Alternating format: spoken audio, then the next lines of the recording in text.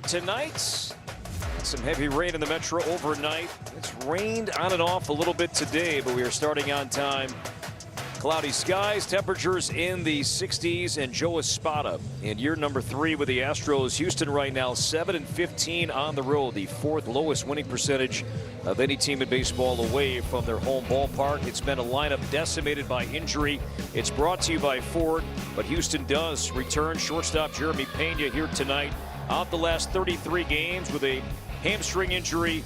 And Yordan Alvarez, of course, will bat third in DH, 15 home runs for the 3-time All-Star this season. Christian Walker at first base. He will bat fourth. And then there will be some names we have not seen in the past. Some we have. Christian Vasquez, in fact, the former Twin, will bat ninth and catch for the Astros. And Car Shield brings us tonight's starting pitcher. It will be Kendry Rojas here morning. Yeah, making his 4th career Major League appearance, his 1st career start. He has plenty of experience as a starter.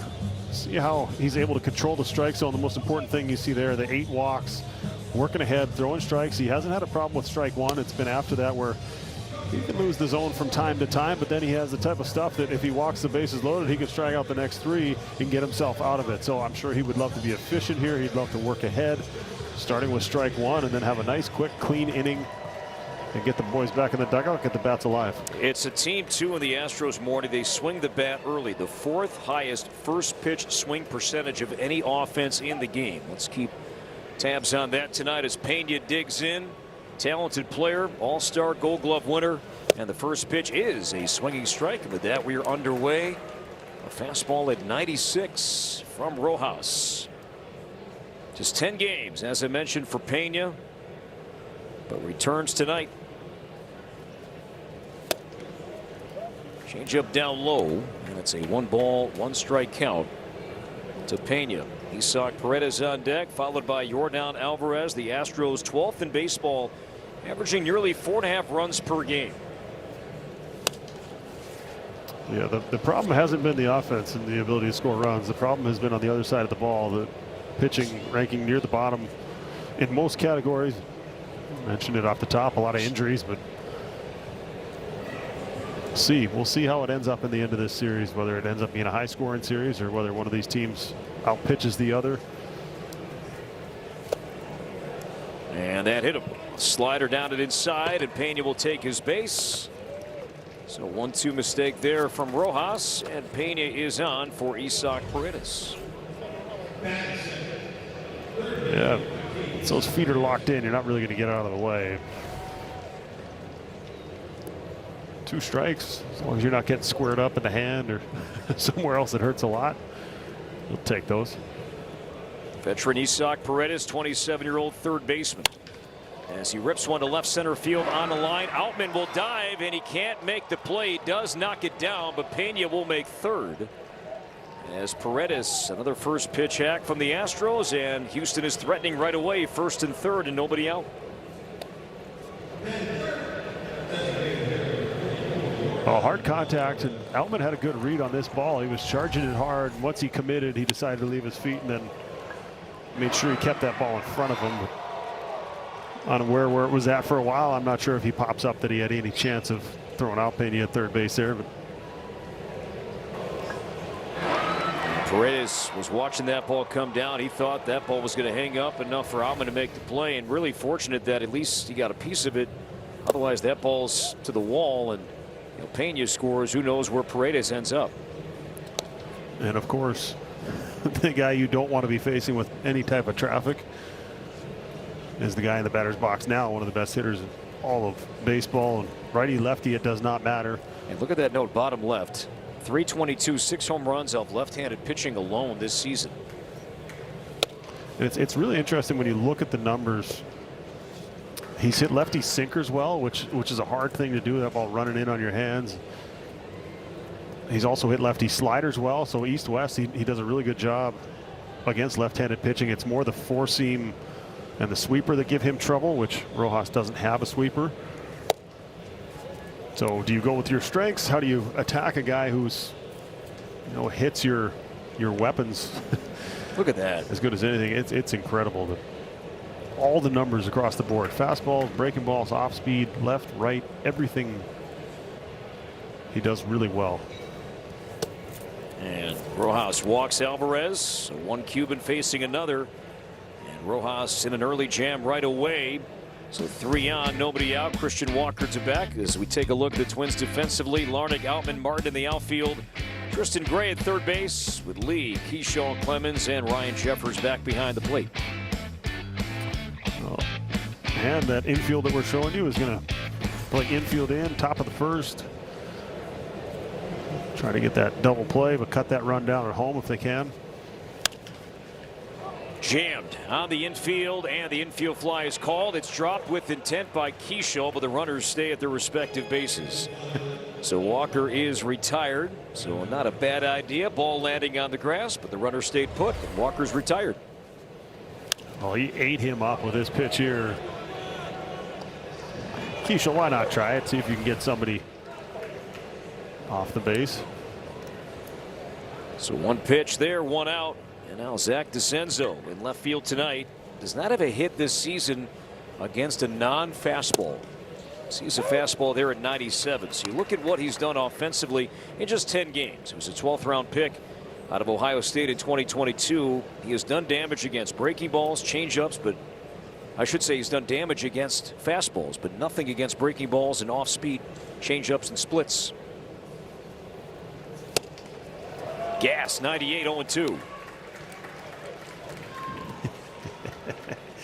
23 years old, young pitcher out there, and this is what young pitchers can do from time to time: work themselves into trouble and then just have enough stuff to get yourself out of trouble. See if he tries to climb the ladder again one more time. He showed you he's going to go up there. Why not let it eat one more time and see if you can get a swing and miss? You'd love to keep that ball from being put in play here. 0-2 on DeCenzo. Shot foul down the right side. The fastball from Rojas. Yeah, probably not as high as he would have liked to have gotten that pitch. Peña's at third. Paredes at second. Alvarez at first. Rojas retired Walker and now ahead of DeCenzo.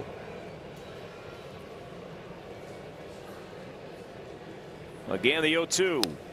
Out back, so 4 straight fastballs here to DeCenzo. Yeah, but not exactly where you'd want to locate him. After he showed you that he was going to chase above the zone with that second pitch, it's got to be in a spot where he can't make contact. And I know easier said than done, obviously, but you're way ahead in the count like this. Your goal is to get a strikeout here. Goes off speed, line to short. That is caught in the air. Throw to second, double play. And what do we got here? Yeah, it is a double play, and the inning is over. That was a catch from Lee, and then to throw to second base to double off Paredes. And why not just keep throwing? You don't know. There's no whistle. Just throw the ball around and see what happens. And the Twins get out of it. Rojas gets out of it. Despite 3 on, nobody out, the Astros do not score. It is a Monday night here at home. We keep this tradition going in lieu of Monday Night Football. Let's meet the Twin starters. Derek Shelton, Southern Illinois University. Austin Martin, Vanderbilt University. Trevor Larnach, Oregon State University. Ryan Jeffers, University of North Carolina, Wilmington. Cody Clemens, University of Texas. Josh Bell, Dallas Jesuit. Luke Keyshaw, Arizona State University. Brooks Lee, Cal Poly. Tristan Gray, Rice University. James Outman, Sacramento State University. Kendrick Roja, Rafael Guerras. The Twin starters brought to you by Menards. Enjoying that here on these Monday nights at home as Austin Martin will lead things off here momentarily for the Twins. So Rojas working out of a jam, and now it's Atsuya Imai, Japanese-born rookie. It has been a struggle. He missed nearly a month with arm fatigue. 4 starts, Morty. ERA is over 9. Yeah, the walks, the control has got him in trouble. He's fallen behind, only 51% first pitch strikes. So hitters have to be patient. Slider is his best pitch. It has really interesting movement on it. He can throw it with some depth, but then he can also throw it so it backs up. It almost goes away from left-handed hitters. So be interested to see if he's got a good one of those. That really is one of his true strengths. In his last outing, he was primarily just fastball slider. So we'll see if he sticks to that plan or if he does mix in the other pitches because he does have a sinker, he has a split, a changeup, a curveball. He just hasn't thrown them very often.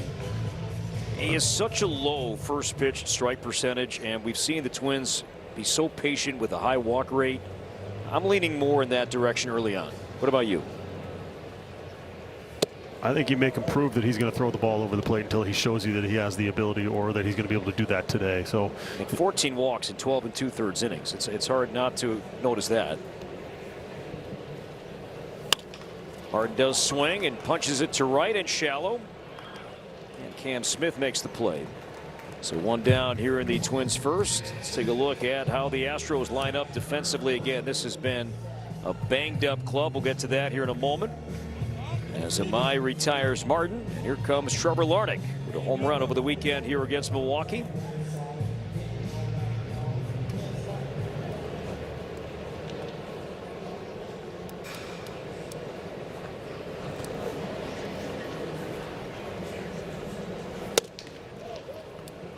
How do you see, he made a lot of comments early about how he was having trouble adjusting to the baseball, having trouble adjusting to North America, just even living here.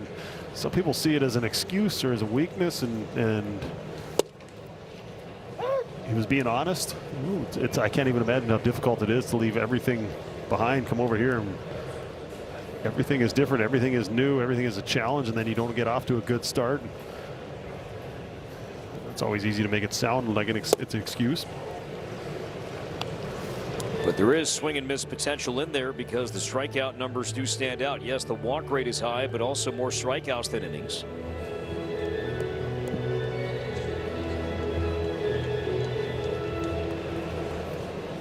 One and two on Larnach with Ryan Jeffers on deck.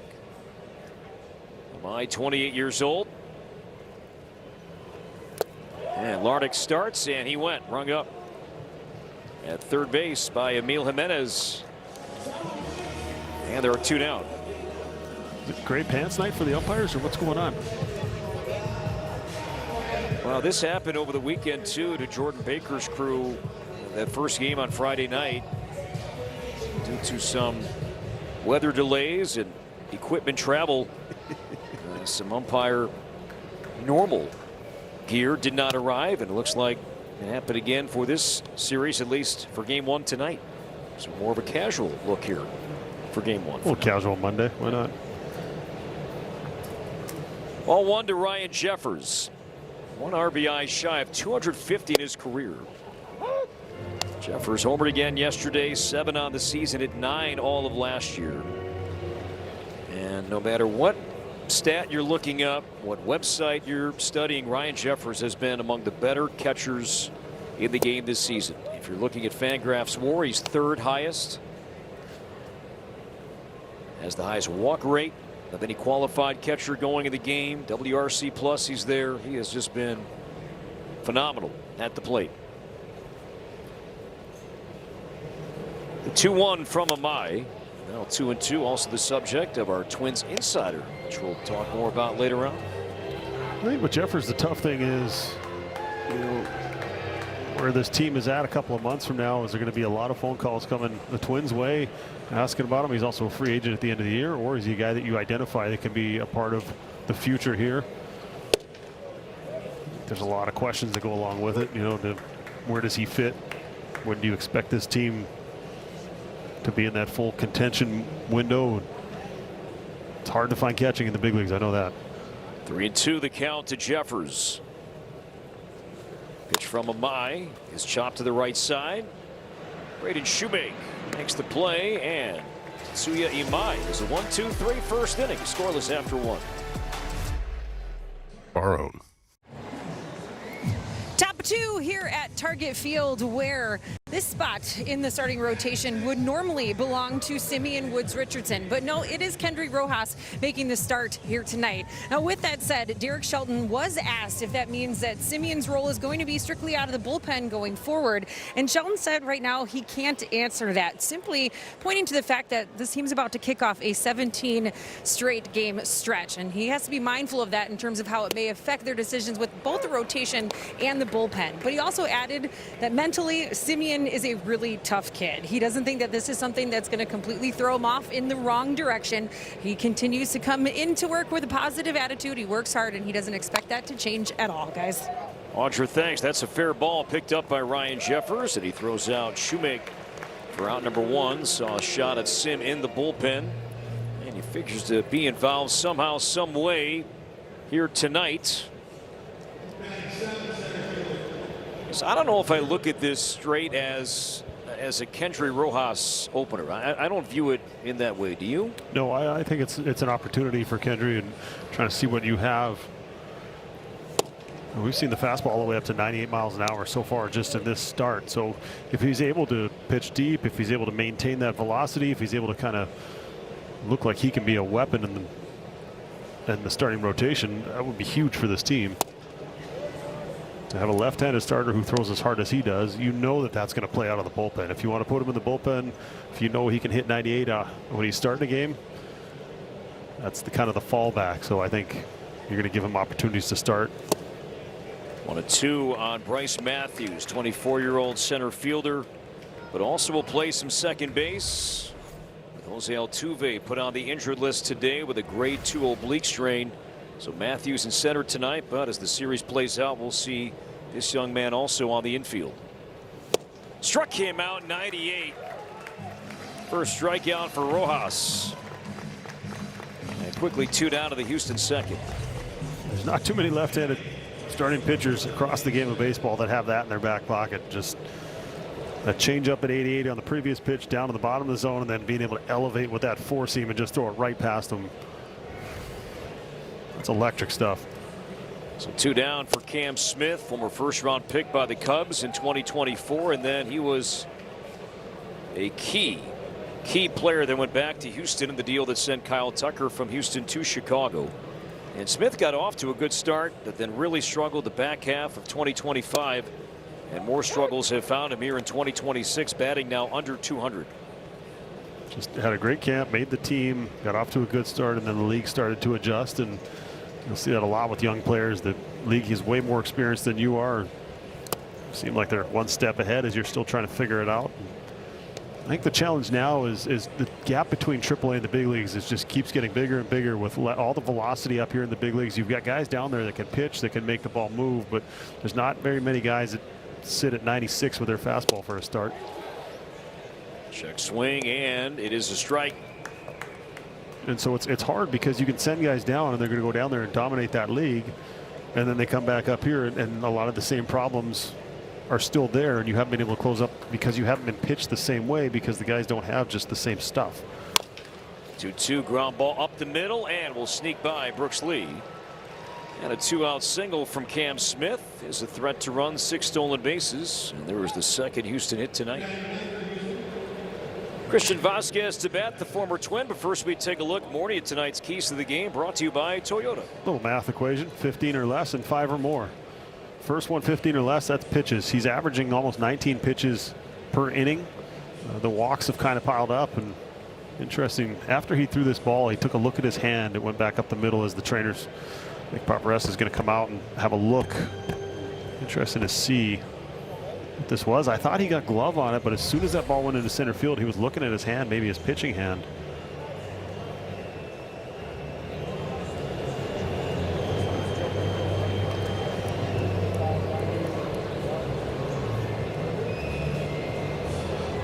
So after the ball fouled the grass in center, and Paparessa out looking at the left pitching hand of Kendry Rojas.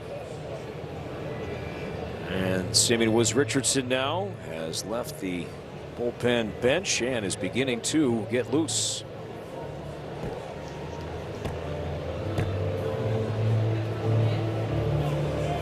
Now Rojas hurt towards the end of spring training with a hamstring injury. That delayed his start to the 2026 season. Let's go back and look at the pitch. You saw that Rojas, he was trying to make a play on the ball itself, but did so more with his glove than he did with his left pitching hand. Yeah, glove goes up, so wisely was not using his pitching hand to try and knock that one down. And I'm not going to speculate. Maybe we'll get word on what that was or is later, but looks like he's going to stay in. And now Christian Vasquez. Nice welcome back video before the game tonight. 3 years with the Twins. I was thinking about this while Jeffers was batting a moment ago in the first, how fortunate the Twins were for the most part, especially years 1, year 2, and then up until some injuries piled up last year. That the Twins had the tandem of Jeffers and Vasquez as often as they did. Right? I mean, that tandem was there more times than not for multiple years. There's no team in baseball that could say they had the consistency of being able to have 2 guys healthy, going out there making start after start, continuity with the pitching staff, everything that comes along with that. Vasquez, he signed a minor league deal with the Astros on March 9th. He made the team, and now he's the starter. Yadier Diaz is on the injured list, and Vasquez, he's playing more than Cesar Salazar. Has 3 home runs already this season ahead of Rojas 2-1. It's a foul ball. We've seen that swing before as well. Willing to shoot that ball through the right side from time to time. See if they go up top with that fastball. See if he just lets it fly right here.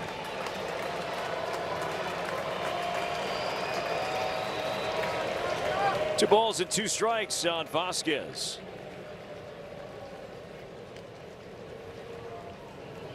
Runner stays, and the pitch to right center field. Outman on the run to his left, and he'll run it down with a slide at the end. So Vasquez to the gap in right center. Outman makes the play, and the Astros lead 1. FuboTV.com. 2 scoreless innings from Kendrick Rojas, but see Nick Proporesta, head athletic trainer for the Twins, still looking at the left hand. Middle finger, it appears, with Rojas inside the dugout. Pete Mackey, pitching coach, to his left. Let's see if Rojas is back out for the 3rd. Cody Clemens facing Amaya here in the 2nd. Cody swinging the bat well. 6-game hitting streak. His career high is 8. On this homestand alone, 8 hits, a homer, and 4 doubles for Cody Clemens.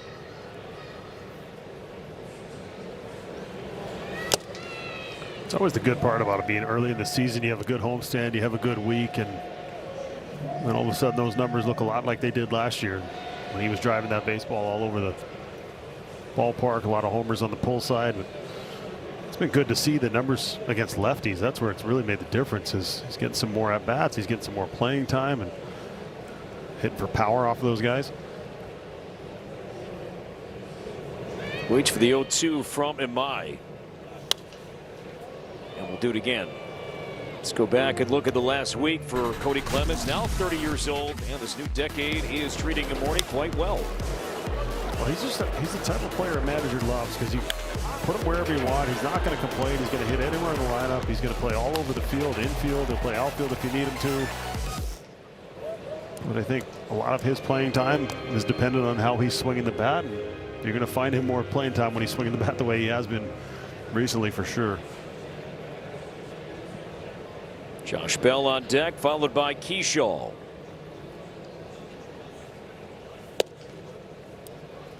'97, but 2-2 to Cody. Tetsuya Imai signed a 3-year, $54 million contract as a free agent to join the Astros in the offseason.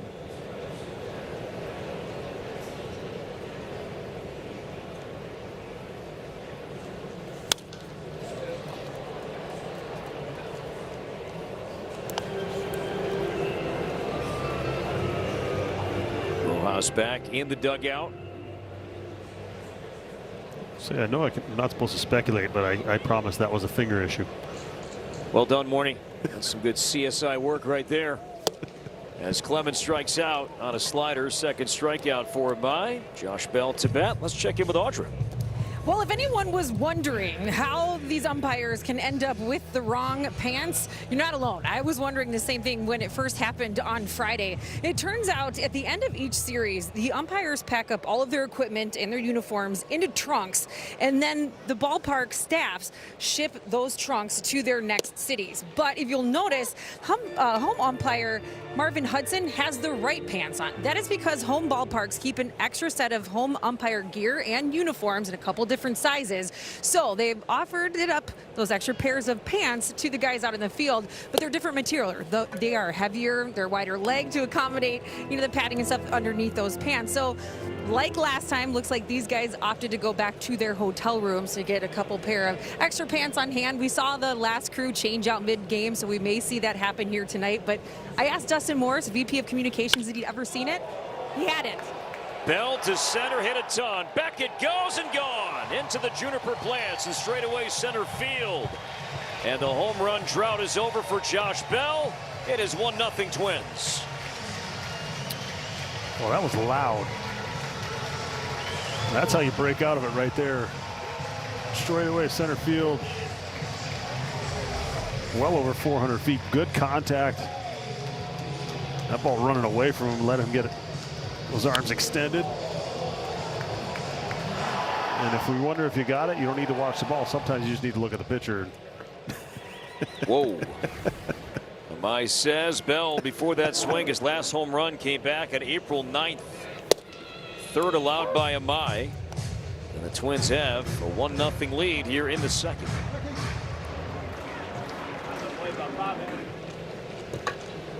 Luke Kershaw, 5 hits on the homestand, including a triple. He's down 0-2.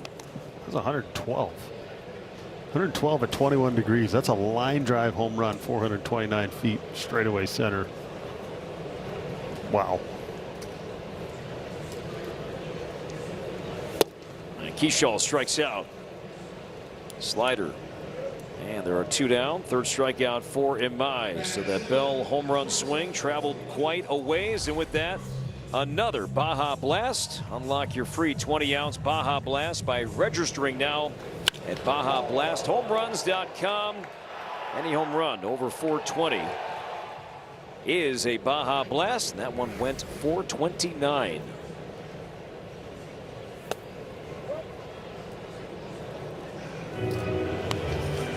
See that smile from Josh Bell. And the Twins strike first.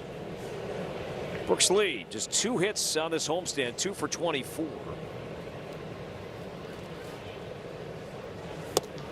Well, Trevor Larnach was out earlier on the homestand with upper back tightness. We saw more of Brooks Lee batting second. Tonight hits 7th.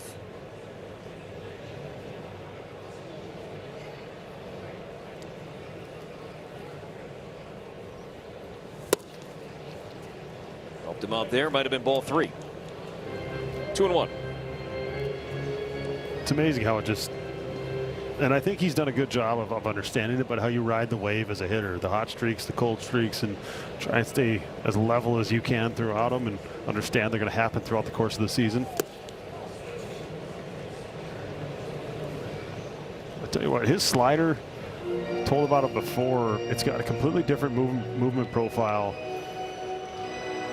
It's either straight down or it even in some cases looks like it moves away from the left-handed hitters. He's had some pretty good ones down in the zone that he's got some chase on so far in this start.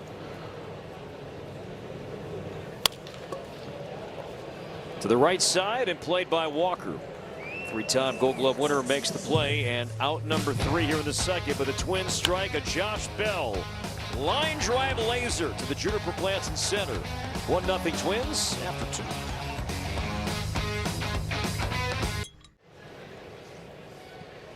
Welcome back. Target Field, downtown Minneapolis. Twins up by 1 and a Josh Bell home run. Rojas indeed back out for the third, and Pena to short, and one shortstop finds the other. So one away quickly here in the Astros third. So good to see Rojas back out. We saw the shot while the Twins were batting, getting looked at, his finger looked at by Nick Paparesta. Kendry back out to see this Houston lineup a second time. And remember that Kendry worked himself out of a jam. There were 3 on, nobody out in the first inning. And the Astros did not score. Man, one of the keys to the game said 15 or less. So as long as he's efficient, he threw 15 pitches in that first inning, even though there was a lot of traffic. Threw 16 in that last one. You want to pitch deep into the game. You want to get a little length. It's going to start with first pitch strikes. He's done a good job of that.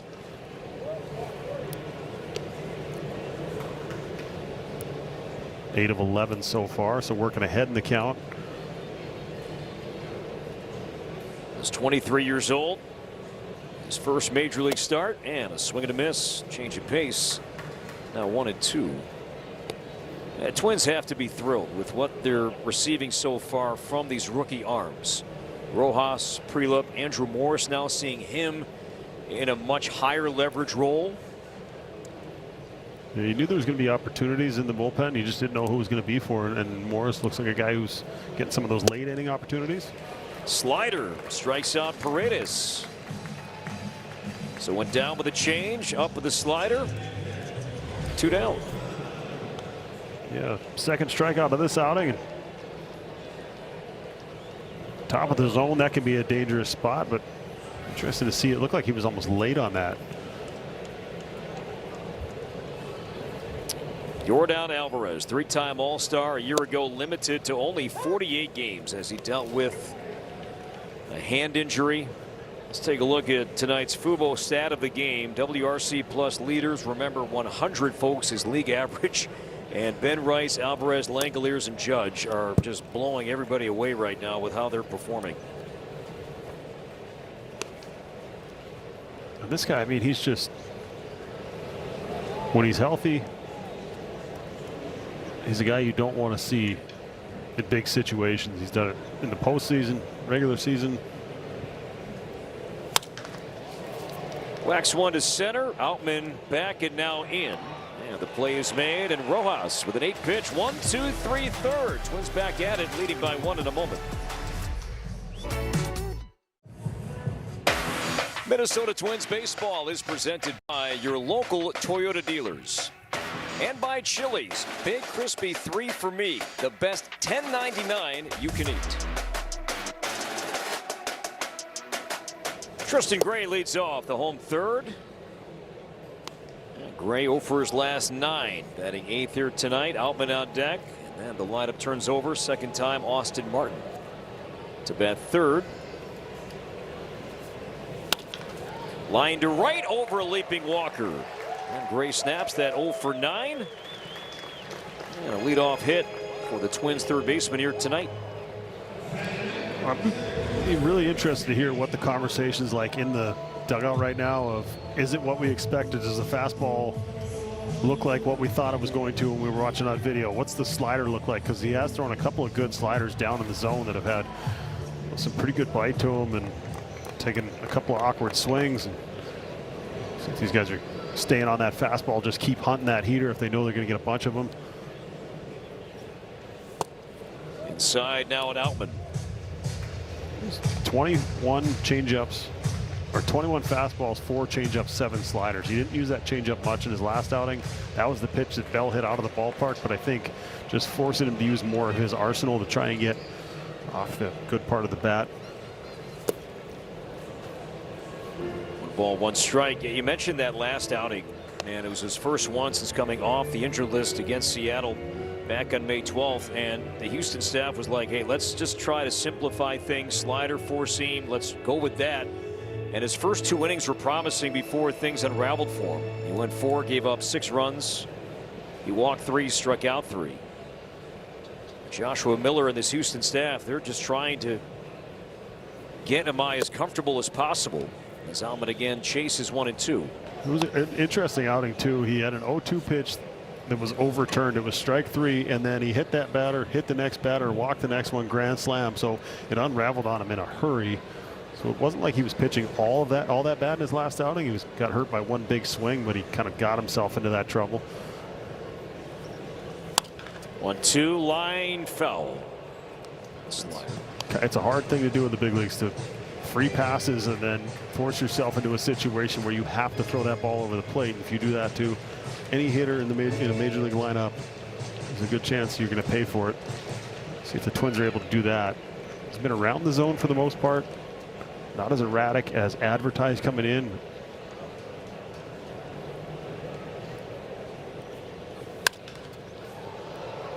In the year to left center for Zenzo. And he makes the play. And Gray stays at first base. And here comes Austin Martin. The Twins value meal features home run deals and fan favorites, all for just $6 or less. From pretzels and hot dogs to sodas and beer, find your perfect ballpark fare at value stands throughout beautiful Target Field. Catch the game with Grand Slam savings and get your tickets at twins.com/value. Very interesting if there's any action here. Do they run? Do they put him in motion?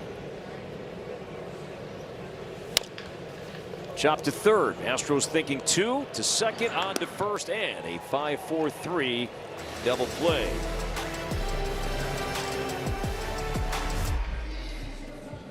Apply. Kendry Rojas back out for the fourth. No runs, 2 hits. Let's go back 8 days. The rubber game in Cleveland, and it was Kendry Rojas out of the bullpen and picked up his first major league win as the Twins won the rubber game and took the series. Well, he worked into some trouble in that outing and then worked his way out of it. But you saw the stuff was there. Electricity with that fastball, just plus stuff. It's just harnessing it. He's done a good job of it in this outing. Now 9 of 13 first pitch strikes, so for the most part he's been working ahead. Now here comes the test of facing the middle part of the lineup for a second time. He's been pretty good so far. How do the hitters adjust to him? 1-0 to Christian Walker, to short on a hop, sliding pick by Lee to his feet, skips it in time. Improvement from Brooks Lee day after day, night after night, just looking like a much more confident player at that vital position since the second week of the season. Let's take a look at this beauty. It's our All-State good hands play of the game. Yeah, not only catching it, but that's confidence right there, feeling like I can give him that big long hop. You know you have a first baseman going down the line, so there is time. That's exactly how you draw it up. The gap in left center field, and Larnach is over and makes the play, and Zach DeCenzo quickly makes out number 2 for Braden Shoemake. Let's go back though, and a good play here from Brooks Lee at short. It's just he's looked more comfortable every single day that he's been out there, and this is his first step. Look how he takes that angle to give himself time and to give himself room. He ends up on that outfield grass. Well, that's because of how hard that ball was hit, and he read that hop. He knew it was going to come up, so he wanted to catch that ball as deep as he could. It's all about angles on the infield, how you're attacking that ball, how you're reading it off the bat.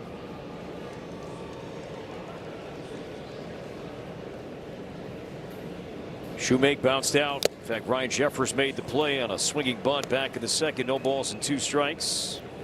Twins saw Shoemake a couple of years ago with the White Sox. He was with the Yankees minor leagues, and in fact was acquired from the Yankees in a trade back on April 19th.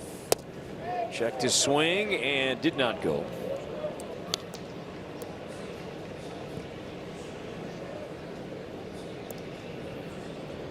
(15, 16, 8 last inning, and now 6 so far here in the fourth.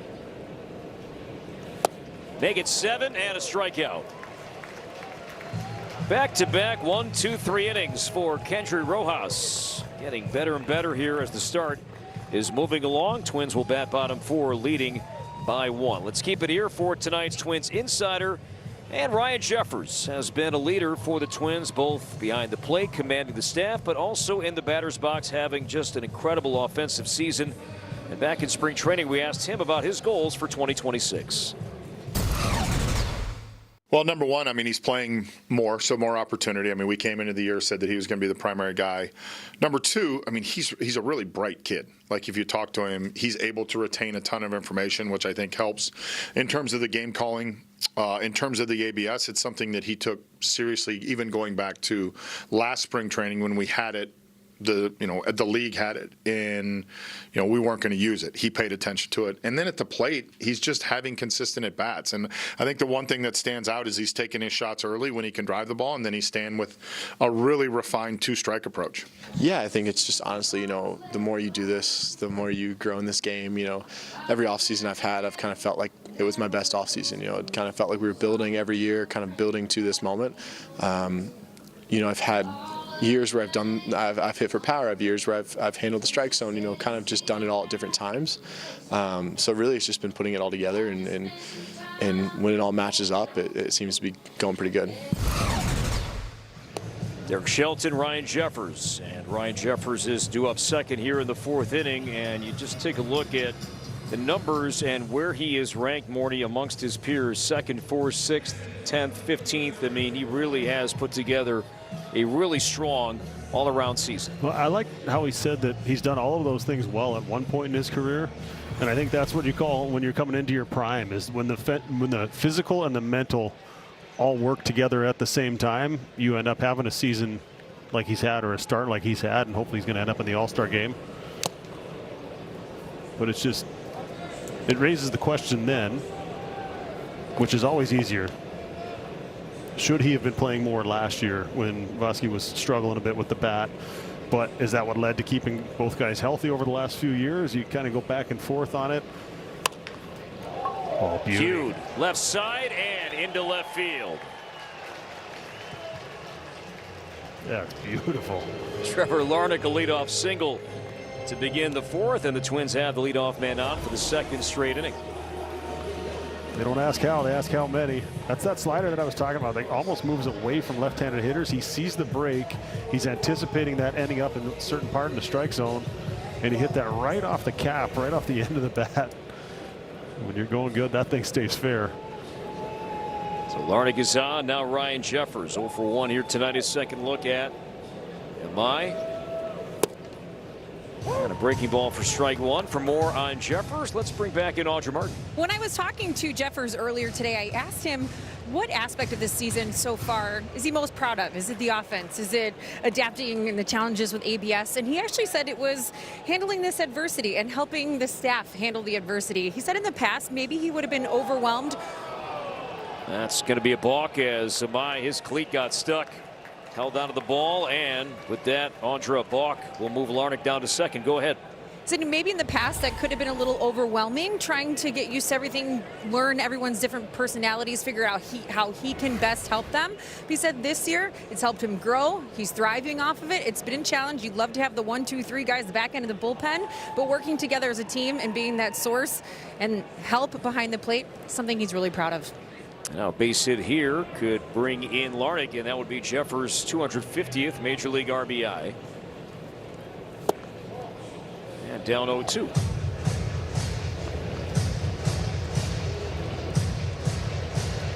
Now, Morty, you were talking earlier about MI and his struggles adjusting to many things here in the States, and even the game he loves. He mentioned to MLB.com last month that even the mound is different in the States as opposed to the mound he was used to pitching in Japan.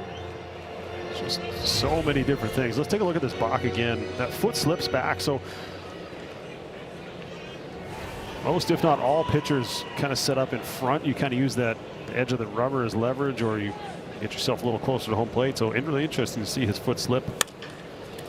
Cracked to third and gobbled up by Paredes. So look, Larnach back and makes the play. So Larnach remains at second base, and here comes Cody Clemens.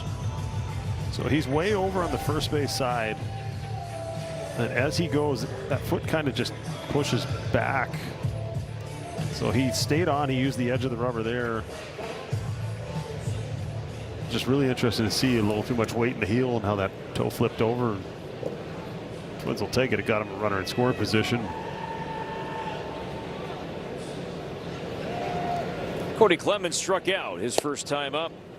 Strike 1 from Amai here in the 4th. So you think that's a fair question to ask, of if this is what he's doing when he's playing 2 out of 3 days, that possibly could have been something that's done in the past? I think it is fair. Yeah, and I just think, you know, looking at where the Twins were at and how much they wanted to, did they really look at the Jeffers Vasquez tandem as truly not 1 and 2, but 1A, 1B? And I think we saw that play out more often than not as they were splitting time. You looked it up. It was 80 starts and 80 starts when both were healthy. And kept them healthy. I think there is that part of it, right?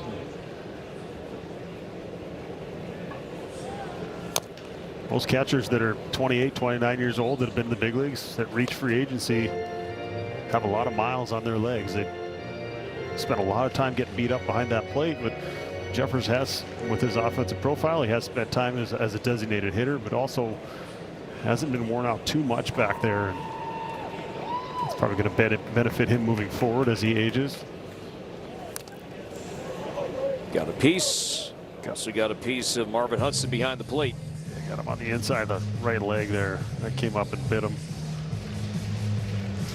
We're all somewhat sick human beings, aren't we? Just laughing at each other, because everyone knows the pain. Oh. No thanks. Baskey laughing at him. If he had his pants, if they would have had that little extra layer of padding right there. Oof. Again, the 1-2 to Clemens with Larnach at second. Lofted out to left center, and DeCenzo makes the play, and Larnach still at second base. And now there are 2 down. It's up to Josh Bell. Twins have a run thanks to Bell's swing. In the second, a line drive homer to straightaway center. This home run swing powered by Treasure Island Resort and Casino. For every Twins homer, hit 2. The Treasure Island home run deck. Treasure Island donates $2,500 to the Twins Community Fund in support of the Junior Twins Equipment Kit program. No way he throws him another changeup here. Long hold, timer down to 5. It's a fastball, and it's 0-1. So if you go up there with that line of thinking, you can eliminate pitches and say, all right, it's either going to be the fastball or the slider. Which one do I want to hit, or which one do I want to be ready for? You got that first pitch fastball.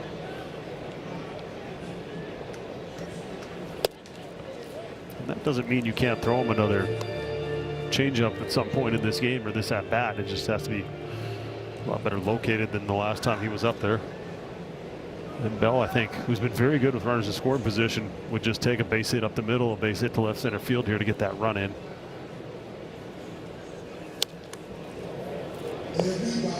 One and 2.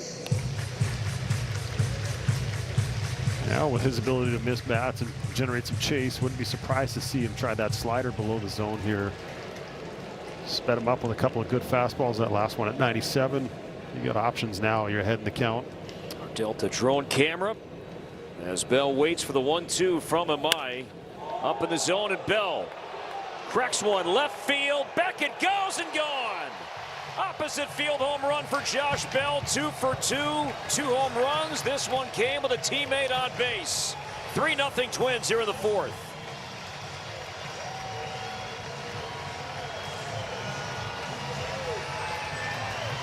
Well, he took him deep on the changeup. His first at bat. This time he said, I'm not giving you another changeup. I'm going to go right at you with fastballs. And looked like he might have been just a little bit late on the first one. Just tried 4 fastballs in that at bat. And Bell, so strong, was able to just use his hands, get it off the good part of the bat, and take him to the opposite field. All 3 runs driven in by Bell. Keyshaw takes a timeout. So Bell 2 for 2, a couple of home runs. Bell, who has won 3 homer game, that came in 2019 against the Cubs. Will have a chance to do that and perhaps surpass it as the night moves along. Oppo Taco, he knew it off the bat. He's been burned a couple times in this ballpark in the gap. Not that one. His 4th career multi-home run game.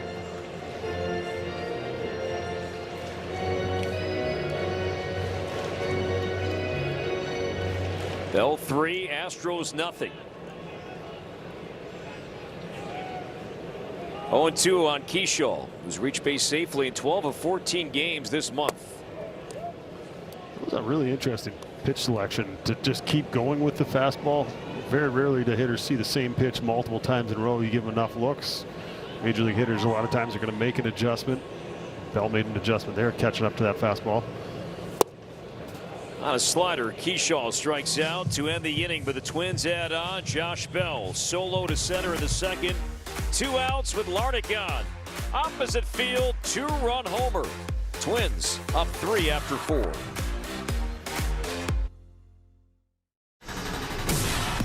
Night is over for Kendry Rojas. His first major league start, his fourth major league appearance is in the books, and he pitched really well here tonight, Morning. He was very efficient. 15 pitches, 16 pitches, and then 8 and 7. So pitch count was in good shape. Shelty had an idea of how he wanted this thing to go, and that'll hand the ball off to Simeon Woods Richardson. Here's a bunt, lofted, knocked down by Sims, scrambles in, will eat it. So Bryce Matthews laying the bunt down. If Sim can grab that initially, perhaps a play, but then made the wise decision not to panic, pick it up, and misfire. And the leadoff man is out for the second time tonight for Houston. And just not a perfect bunt, but Sim charging in, had to retreat. You know, Sim's a good athlete out there, just couldn't come up with it. And you're right, wisely held on to that ball. That will go down as a hit. First pitch curveball inside to Cam Smith, who's 1 for 1 tonight. So Woods Richardson, Morning, let's get back into this conversation out of the bullpen for the first time this season. He's been hit hard, ERA is high, and now a different look for Sim and the Twins here in game 1 against Houston. Yeah, struggled as a starter. I think the walks and then not missing a ton of bats kind of caught up to him, but I think there's a hope that moving him to the pen, maybe shorter stints. We've seen that fastball in the past get up to 95, 96 miles an hour. Is the stuff going to play up? Is he going to go out there and just air it out and let it go? It's easy to assume that, but it's not the easiest thing in the world to do. You know, you're used to pitching, used to a certain cadence, and you're used to trying to get yourself through 5 or 6 innings. So I think just to assume that he's going to go out there and it's going to be 94 to 96 consistently in the zone and all of those things, I think it's going to be an opportunity for him down there to be able to see if he's able to do that. But as important as anything, it's filling up the zone and working ahead. That's really what's led to a lot of the struggles. 3-1, 3-2, and chatting with the Twin staff and thinking, okay, Sim is going to factor in somehow, some way tonight and break down what isn't going well. And yeah, the splitter hasn't been as effective, but also fastball. And a key for Sim tonight from the Twins pitching team was almost fastball simplicity.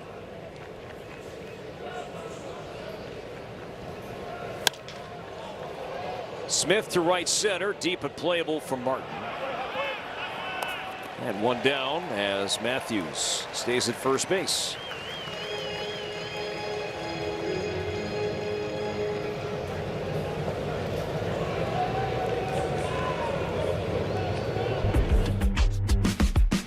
It's time to go yard.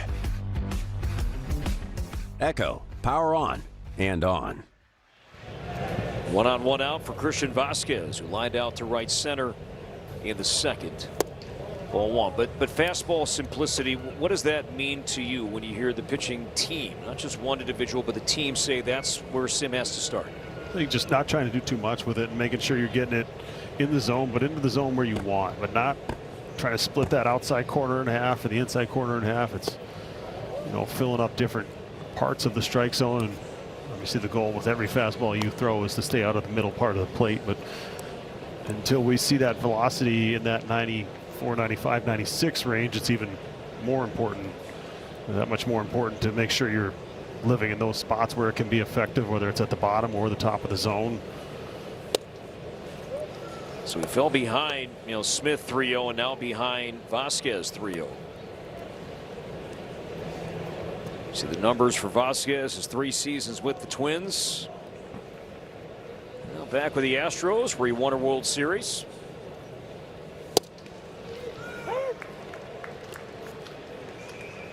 So to your point, there's 92. You know, I don't think we're going to see 95, 96 all of a sudden. It's not, yeah, it's not like it just flipped the switch and all of a sudden it's there. I mean, he's adjusting to this role.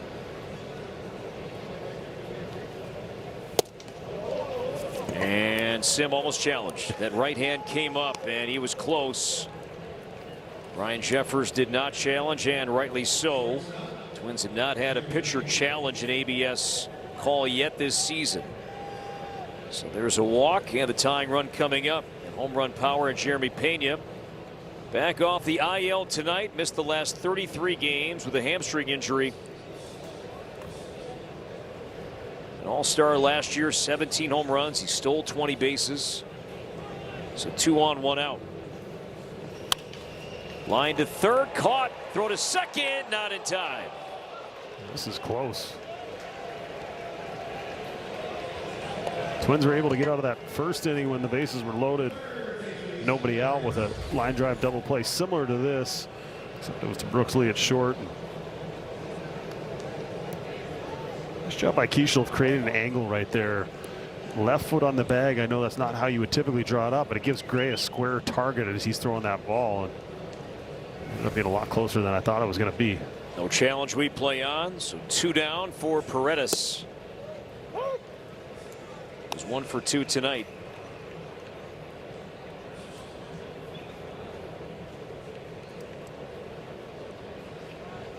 Sim came out of the bullpen per se one time last year. Twins had a day game at Atlanta and opted to go with a Justin Topa opener. And then Woods Richardson came on in the second inning. A season ago at Truist Park. Knocked down by Jeffers. It'll be interesting to see with how it's going to be different for Sim working out of the pen as opposed to having that schedule as a starter. I'm going to do my lift this day. I'm going to throw my bullpen this day. I'm going to go out there and is he going to be able to find a little better feel for that split in that bullpen routine and that what he's doing out there? Because it is such an important pitch to him, and we've seen it. We highlighted in his last start. A lot of misses below the zone, a lot of pitches that were a ball out of the hand. And I think once he's able to find a good feel for that pitch and a little more trust in it, that he's able to start it in the zone and know that it's going to end up below the zone, I think that'll go a long way for him being effective. He swings and misses. Ball kicks away from Paredes. He does not run. Jeffers will flip it up the line to complete the play. So Woods Richardson buried it, Paredes chased it, and the Astros lead 2. Twins up 3. Brooks Lee bats leadoff when we come back. It's at twins.com. Back with Justin Morneau, Audra Martin, Corey Provas from the Dick Bramer TV booth. Producer Rick Palermo, director Matt Gangle, and our tremendous award-winning Twins TV team. This is an official game, by the way. Darkening skies above the ballpark right now as Brooks Lee leads off the home 5th, followed by Gray and then Outman.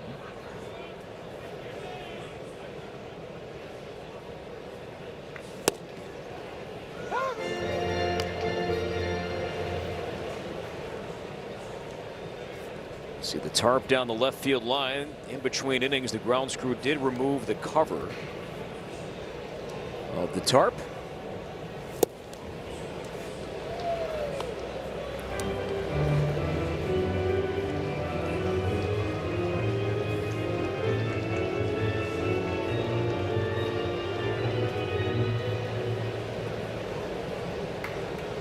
Leo for 1.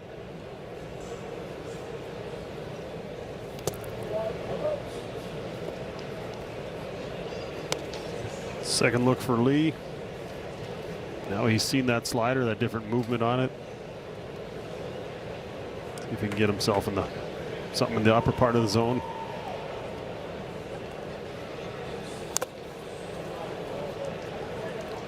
That's got to be very deceptive coming out of his hand, because Twins are as disciplined as anyone in the game of baseball, do a really good job of staying in the zone, taking their walks and everything else that we've talked about throughout the course of the season. But we've seen multiple hitters in this lineup chase below the zone on that slider. The Twins haven't drawn a walk yet tonight as Lee stays alive. And it hasn't been the same movement each time. It's been, sometimes it's got a lot of depth and almost looks like it goes straight down. Sometimes it looks like it backs up and stays away from those left-handed hitters, like the ball that Larnach hit last inning off the end of the bat that ended up leading to a run. But trying to figure out exactly what you're seeing from a guy that nobody has faced before.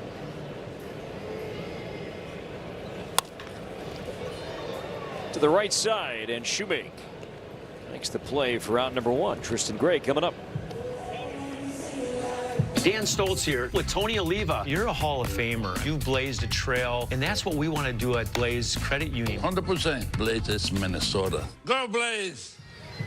Saw Tony O at the ballpark here on Saturday, was walking out with Paul Molitor. Tony Oliva kind of rehashing the game on Saturday night, and the passion from number 6, folks, it is alive and well. He was none too happy about that one-run loss to Milwaukee on Saturday.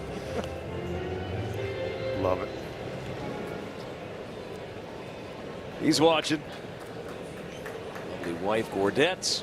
Great Oliva family. I really felt like, what am I doing here? I'm walking, talking ball with Tony Oliva and Paul Molitor. And what role do I have here exactly except to open the door and just, you know, kind of hold your bag? I have no responsibilities here.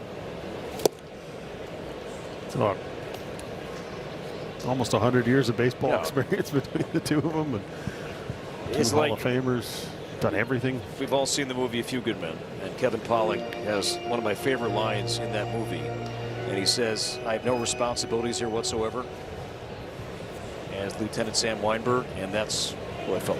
I have no responsibilities here whatsoever. Rain beginning to fall here at the ballpark as Gray strikes out.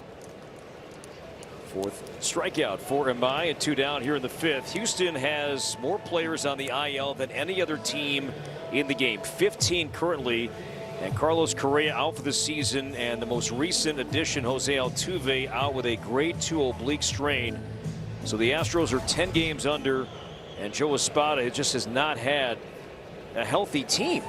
Really morning all year. Make that 5 strikeouts for MI. Every team goes through it. There's no team that is immune to it. At some point, you're going to lose some players. There's going to be opportunity for guys in AAA, but we've seen years where it just seems like some teams get bit by it worse than others. Houston is that team in the early part of the season. It was second, by the way, right now. Most players on the IL. The Dodgers with 14. Then you have the Tigers and the Orioles right there, 13. Around that same number, but the Dodgers have the second most players on the IL behind Houston right now. It always feels like the Dodgers have 2 rotations. They have the one that's pitching and then the one that they're expecting to pitch in the second half, and he's one of 9 starting pitchers in the rotation at some point in the postseason. Their depth is incredible, plus being able to add that extra pitcher by having Ohtani on the roster. Twins missing Abel and Bradley. Saw them in the dugout. Challenge here from Vasquez. Catcher's challenge. ABS challenges are powered by T-Mobile. And Vasquez, who has won 7 behind the plate, is now 7 and 15 challenging. Balls and strikes behind the plate. He's only flipped 4 automated balls into strikeouts. Ryan Jeffers leads the way with 13.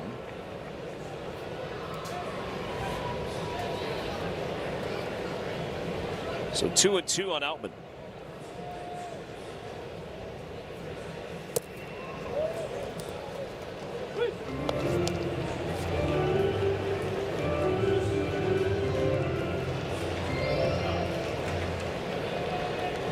Martin would bat if Outman can reach.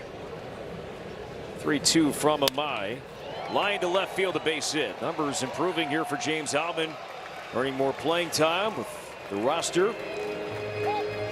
Down Buxton right now, day to day. Matt Wallner in St. Paul, and Outman taking advantage of more playing time.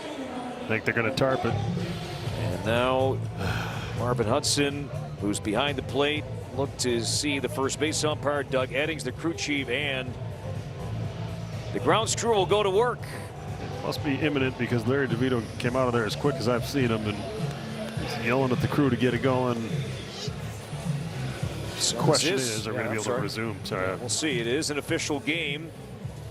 Twins still batting though in the home 5th, leading 3-0 as the best grounds crew in baseball goes to work, unfurling the tarpaulin on terra firma. So the Outman a 2-out single. Tarp's coming on the field. I'll translate that. Very well done. Well done. So Sim, for us of those that didn't go to college. Yeah, that's a whole story about Anthony Slamma. Oh, Slamma! I forgot about Slamma. There we go. A story. We'll get to that. Maybe when we come back, we'll tell that story from why Tarpaulin and Terra Firma was so popular in the Twins radio booth. We break. Rain delay at Target Field.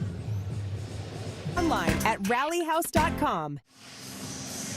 Open rain delay here at Target Field. And with that, Paul. And the Astros will take the field defensively, and a pitching change. We will not see the return of Amai, so it will be rookie Jaden Murray taking over for the Astros.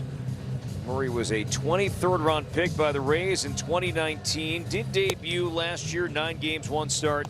Is on for the 7th time so far this season. ERA in the mid-5s. Yeah, that fastball is going to be right around 95 miles an hour. Also a sweeper and a sinker to go along with it. We'll throw occasional cutter and change up, but that's more to the left-handed hitters.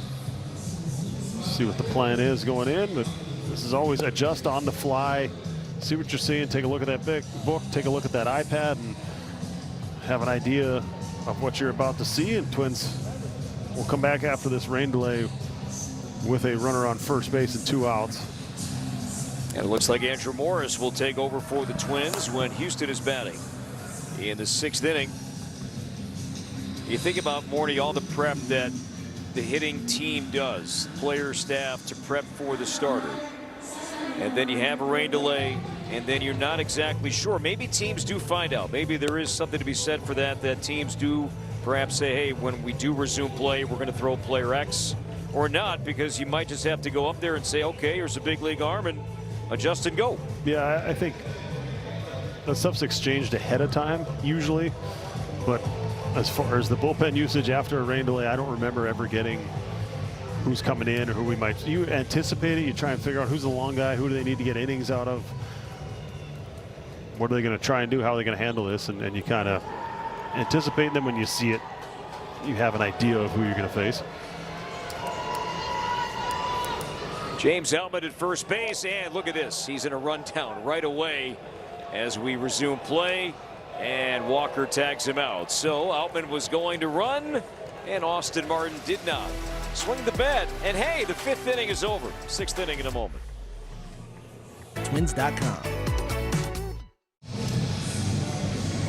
6th inning, Astros batting, trailing by 3, and Yordan Alvarez will lead off the inning for Houston. And the Twins, indeed, as we showed you a moment ago, will have rookie Andrew Morris take over. And Morris, in terms of length, we've seen some of that. We've also seen some high leverage, shorter inning assignments. But Morris, remember, he was the arm, Morty, the Sunday game. You were on the call for Peacock against Toronto when Joe Ryan left after 9 pitches, and Morris came in, provided some length. Yeah, he's been a starter throughout his minor league career. Kind of changing into a little different role here, but with a 3-run lead, you have 12 outs left to get. See how Derek Shelton wants to play this. Do they go 1 inning at a time, or does he try and let Morris go all the way? Obviously, it's going to depend on how he's doing and what the score ends up being. But he's adapting, he's learning, he's doing a whole lot of new things at the big league level, including coming in after a long rain delay. 1 hour and 57 minutes officially.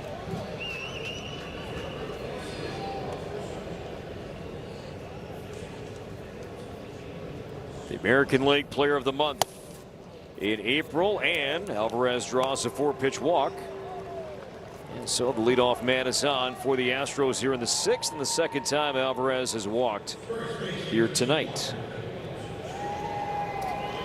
Now Christian Walker for 2 here tonight. He has popped out and bounced out. Among the leaders in a few offensive categories this season.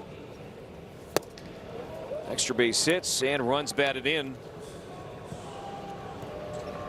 He's also survived some scares here in recent days and games. He's been hit on the head twice in a short amount of time, including once again yesterday. And there's a strike at 96, 1-1. 7 career games at Target Field. Walker is hitting over 300. Long-time Arizona Diamondback. Fouled back, 1-2.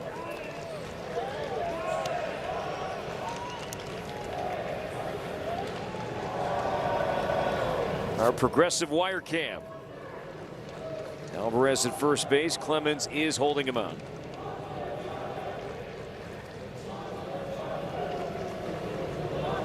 The 1-2 from Morris, and a breaking ball fouled back.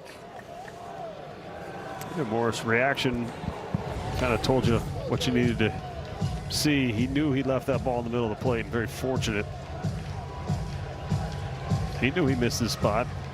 This is a hard thing to do after sitting around. You're not sure when you're going to start again. If you're going to be the one on the mound, you got to stay mentally locked in. It's really hard. At least I found it was hard to flick that switch after you've been sitting there for a while. I think the mental game, the other part that's tough, is when you're winning, all you're sitting over there going is you're looking at the radar and all you're saying, I guarantee that the phrase of bang it happened about 700 times in that clubhouse. Let's just bang it. We got the lead. Come back tomorrow. And then all of a sudden they tell you you're starting in 35 minutes. You better get going again. 2-2. Left side, base hit left center. Altman cuts it off, and will keep Alvarez at second base. That was 106 off the bat, so a walk and then solid contact from Walker. And the Astros putting pressure on right away. 2 on, nobody out for Zach DeZenzo. I know Jordan's out there to hit, not necessarily run after a long delay, but interesting, when the field gets that much rain, that's one of those things you try and prepare yourself as a player. Hey, if that ball's hit on the ground, which that ball was on the ground for a long time, it's probably going to be wet when that outfielder picks it up. Maybe take a chance. But Jordan, not one of the fastest guys in the league, and they're down by 3. So elected to play it safe. DeZenzo 0 for 2. He's hit into a double play once already tonight. He's also flied out to left. And Morris back-to-back strikes. 0-2.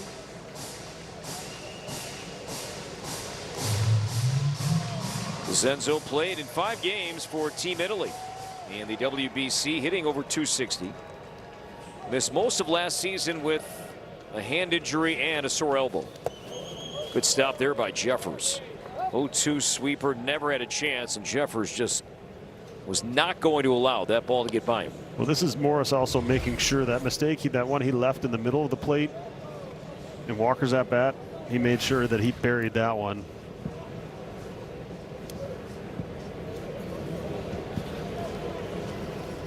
Two on, nobody out. Check swing, did not. Crew chief Doug Eddings making that call at first base. You know what's always fun about these games too? Whoever's left, because we're still not at the 7th inning, got a few pops along the way, and whoever's left is usually pretty vocal. It makes it entertaining. Twins have a chance for 2. 6, 4, 3. Alvarez to third, but the Twins get 2. Second double play that DeZenzo is hit into tonight. Yeah, the unfortunate first time up with the bases loaded, hit a line drive, and ended up turning into a double play. This one hit hard on the ground. Taylor made perfect feed, plenty of time. Morris appreciates it. So 2 down now for Shoemake. Lofted to left, and Larnach is over. He'll make the play, and the Astros some pressure. 2 on, nobody out. Double play and a fly out. Twins coming up, leading by 3. Let's take a look at our Jeep standings and a closer look at the AL Central, where talked about over the weekend, not many American League teams are above 500, but 2 AL Central teams are above 500. Cleveland won tonight in Detroit. White Sox are out west, and they are 2 games over 500 after walking off the Cubs yesterday. Austin Martin against Jaden Murray, ball 1. Martin 0 for 2 here tonight. Larnach and then Jeffers to bat against Murray. We did provide some length for the Astros in his most recent outing 8 days ago. He logged the 3 innings. As Martin will send one to right, and routine for Smith. 1 away. Well, you call the plays with the My Twins Choice membership. Choose from a variety of seats and games that are right for you and start unlocking benefits, including up to 25% off concessions and tickets. Sign up right now at twins.com/mytwins.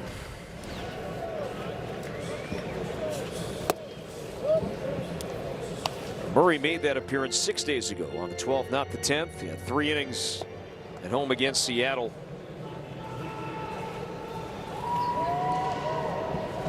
Here's Larnach. He was on base for Josh Bell's 2nd home run. Back in the 4th inning, single. And also a strikeout for the Twins left fielder tonight. Bell 2 for 2, 2 home runs.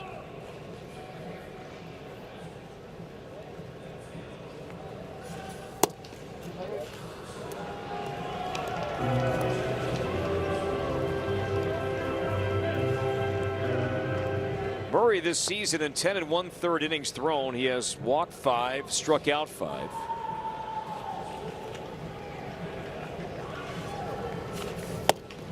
And there's a walk to Larnach on 4 pitches.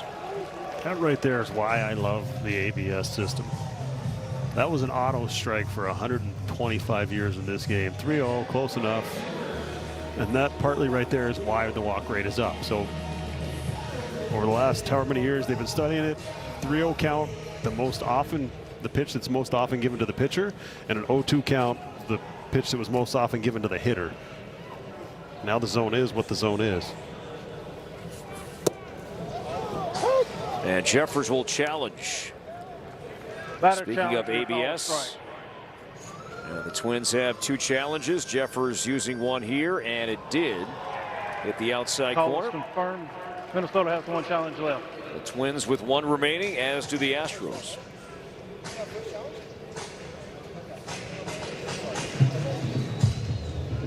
Jeffers asking Marvin Hudson, that was our first challenge, and Hudson said, yep.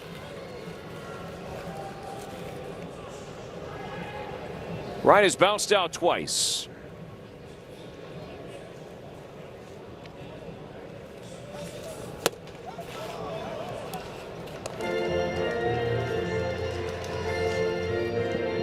Jaden Murray debuted last year, but still is a rookie after throwing in just 9 games and 11+ innings a season ago.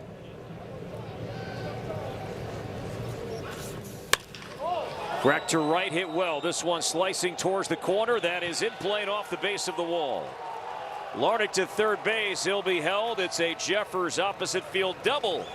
And the Twins in business to add to their 3-run lead. 2nd and 3rd, 1 out for Cody Clemens. Well, Larnach running at second base, or first base here, excuse me. Saw it off the bat. I think the contact initially, he felt like he was going to go. Great swing by Jeffers. And we'll get a good look at Larnach here. He's seeing it, he's seeing it, he's seeing it. Now he sees it's going to be down. Short right field, the ball usually kicks back, so not sure if he would have been able to score on that anyway, but he made sure that that ball didn't get caught. Infield in, 1 out, Cody Clemens, 0 for 2 tonight. Cody riding a 6-game hitting streak. His career high is 8. It's a phenomenal homestand for Clemens so far. 8 hits entering this homestand tonight with a homer and 4 doubles.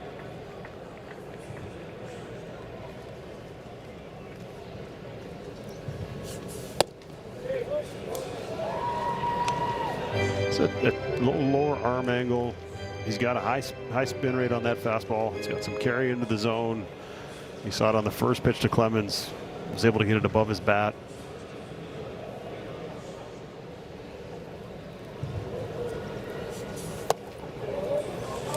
These are tough at bats, especially in today's game where guys have so many swing and miss type pitches. They're trying to keep the ball from being put in play. If it is put in play, the goal is weak contact on the ground or a pop up to the infield. And so as a hitter, you have to be super disciplined in situations like this, whether it's you're looking for a speed or a location, with an understanding that he's trying to get you out around the edges of the zone, above the zone, below the zone. Ahead 2-1.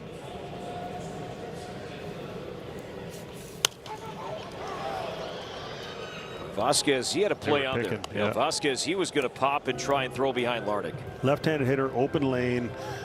He knows, he played here long enough to know the Twins love to run the contact play, especially a 3-run lead, 1 out, 100% you're running contact here. And as a runner on third, you're going as soon as you see that barrel moving.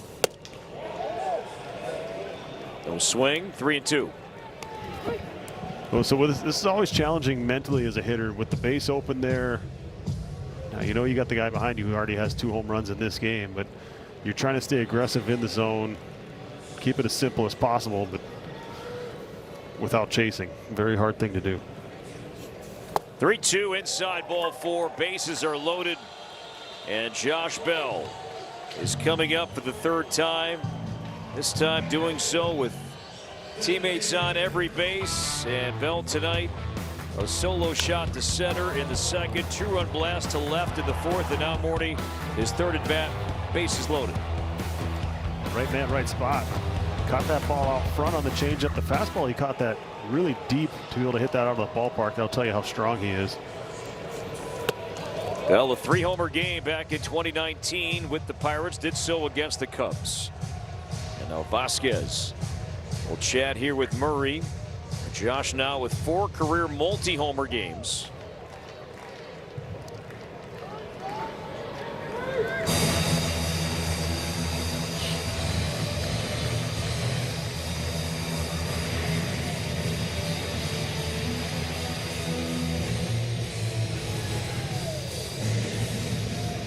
To correct my point, there are 12 career multi-homer games for Bell.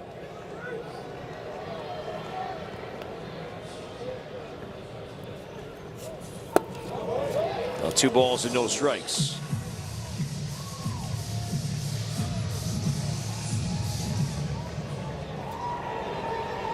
One pitch, one spot, either homer or foul. Ground ball right side, base hit right field. Larnach scores and Jeffers will be held. So Bell with another RBI, his 4th run batted in. And the Twins now lead 4-0. Bases still loaded and still 1 away. And Bell's driven all 4 runs, hard contact all 3 times. 2-0. Got a fastball in the middle of the plate. Hit it the perfect spot.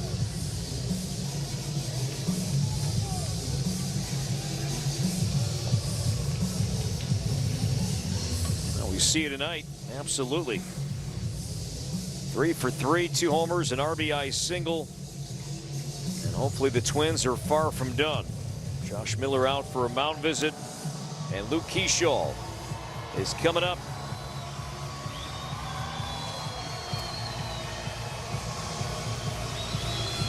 Well, Twins continue this run with daily, it seems like daily at bats and plate appearances with the bases loaded.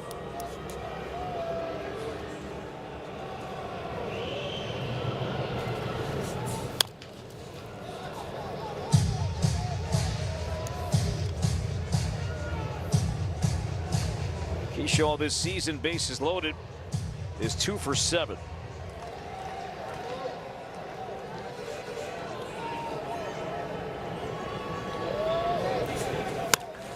Breaking ball to left field and shallow. DeCenzo coming out, slides, and that ball's down. It's on the damp grass. 1 run will score. Here comes Clemens heading home. He slides, he's safe, avoided the tag from Vasquez. So Keyshaw put it in play, drives in a pair, and the Twins have a 6-0 lead. What a great read. He saw this off the bat, saw the swing Keyshaw took and how it fell. Started falling, but this is a really tough read as a runner on third base, trying to figure out if he should tag up or not. And watch Clemens, he's tracking it, and then he commits.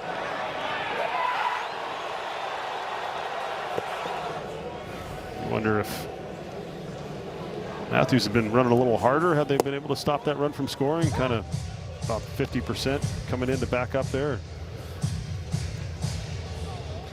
Swipe attempt from Vasquez and a great slide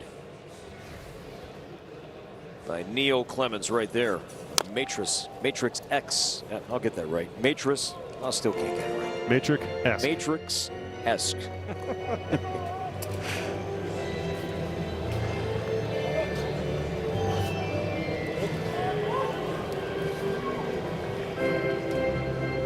So a 3-run sixth. Now 5 straight Twins have reached. Murray fires 0-2. Line drive, base hit, right center. Bell a late break, and with that, Borrego is doing everything possible to stop him. Now the throw comes behind Bell, and he's tagged out. And Borrego is saying to challenge, as is Bell. If it was legal, Ramon Borrego was going to take a charge. And he was going to put that body on the third base line.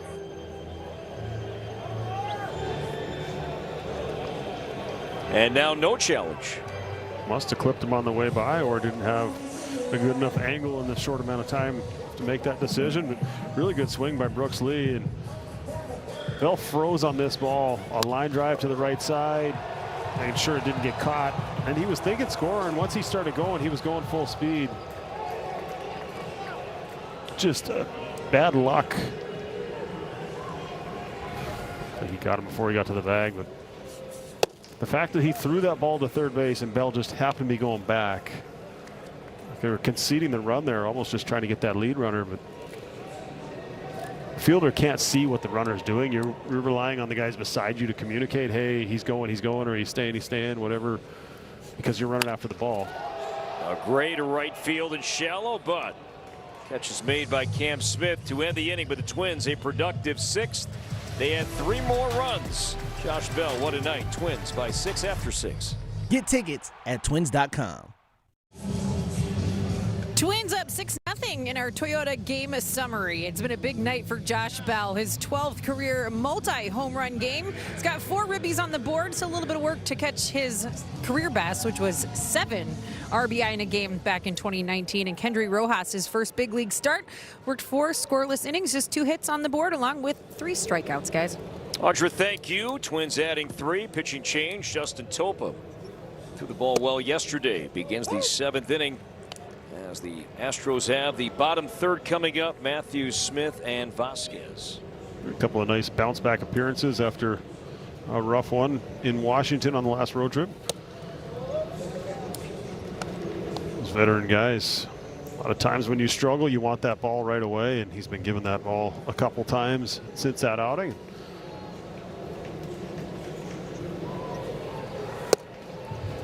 Sweeper there, 1-2, and Topa came in a high leverage spot late yesterday, 8th inning against Milwaukee. It was a tight ball game at the time, and 2/3 scoreless. Worked around a walk.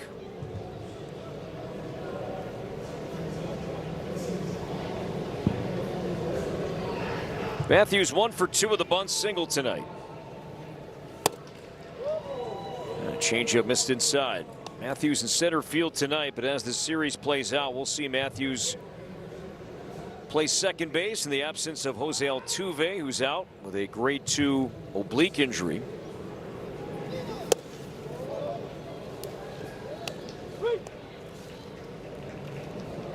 Astros 19-29, 7 wins away from Dyken Park, the 4th lowest winning percentage on the road of any team in baseball. And Topa walks Matthews to begin the 7th inning. And the leadoff man is on. When pests show up uninvited, Plunkett knocks them out of the park with trusted professional care. From first visit to long-term prevention, get Plunkett's today.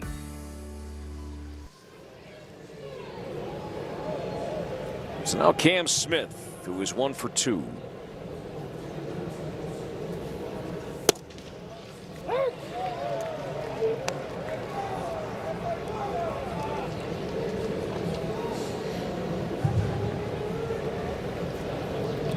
Pitch that seemed low. Astros did not challenge, and Houston hitters, they challenge at a very high rate. Jose Altuve in particular, when healthy and available, he often challenges, and he's quite successful. But Houston batters lead the big leagues in successful ABS challenges with 30 wins. Yeah, they're winning around 58% of their challenges as hitters, and that is well above league average. Yeah, that's near the mark that the catchers have. Catchers are just under 60%. The hitters are below 50%. That surprised me in some ways, and I think sometimes it's emotions get the best of you. Sometimes it's having your own belief of the strike zone not being correct. 1-2, and that hit him.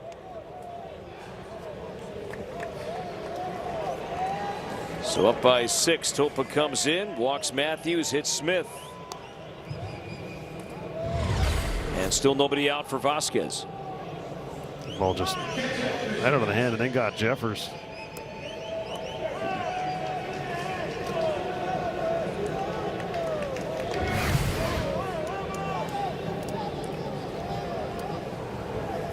Vasquez is lined out and walked.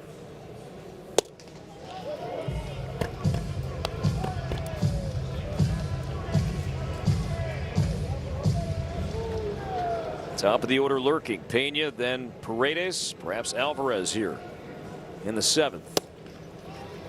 1-1. Christian now 35 years old.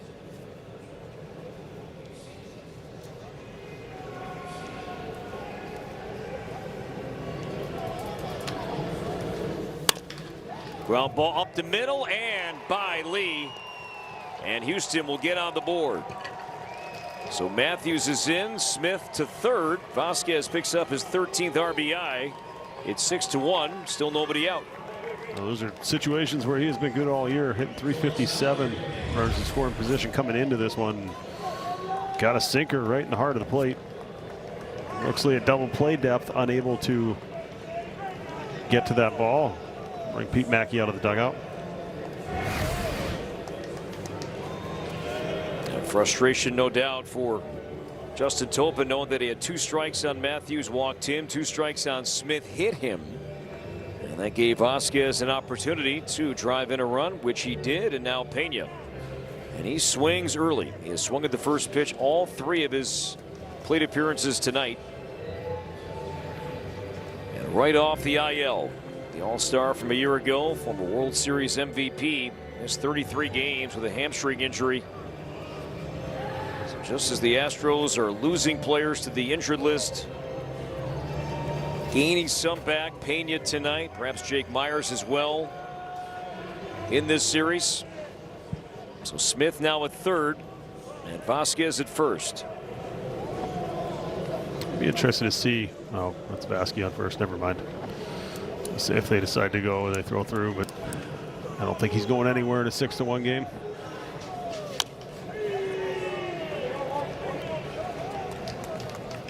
And Vasquez, wasn't he trying to sell us on his nickname Wheels, right? Wasn't he trying to sell that in recent years? Well, he led the Red Sox in stolen bases one year, so.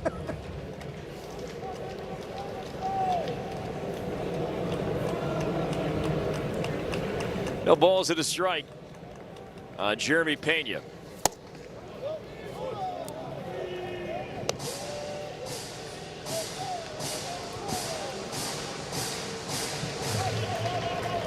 Eric Orsi warming up in the bullpen. And Vasquez with the Red Sox in 2021, 8 stolen bases, led the team. 1-2 now on Pena. So it wasn't a completely terrible comment from your color commentator up here. No, great point. And accurate. Still would be shocked if he ran here. Twins, they'll concede the run at third base to get a ground ball off the bat of Pena. Topa, he's been able to get 2 strikes on these hitters. Ahead of Pena here in the 7th.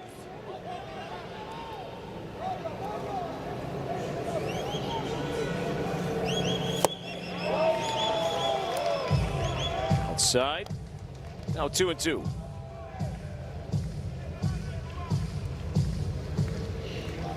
Isak Paredes to follow.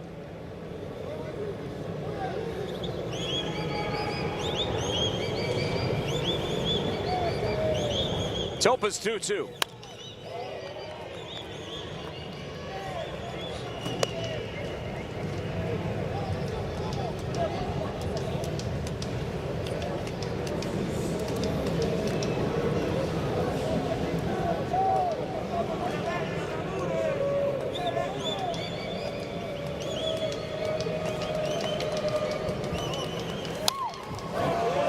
wonder how thrilled the Astros medical team was that first game back off the injured list. 2-hour rain delay, hour and 57 minutes to be exact, and then out here in battle mode. 7th pitch coming up. In the air to right center. This will be deep enough to score a run. Martin the catch. Smith will tag and score. A sac fly from Pena has made it a 6-2 game.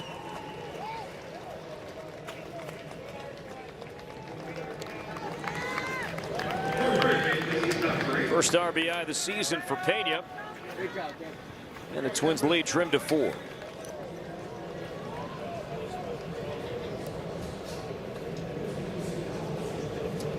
Isaac Paredes 1 for 3 tonight. A single, 2 strikeouts.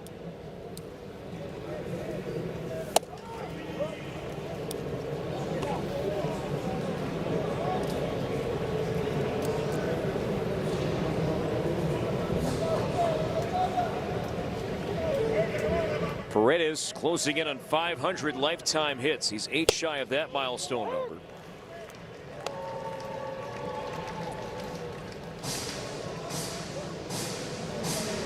Normally a guy that will see quite a few pitches. And when you're down by 4 runs, that certainly is on his mind.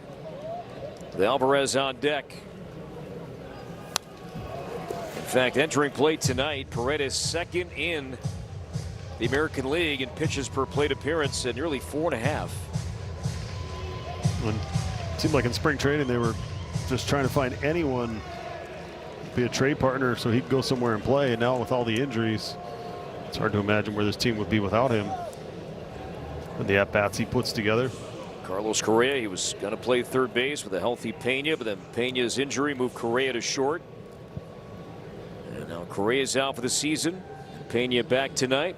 Sac fly RBI a moment ago. 1-2 on Paredes.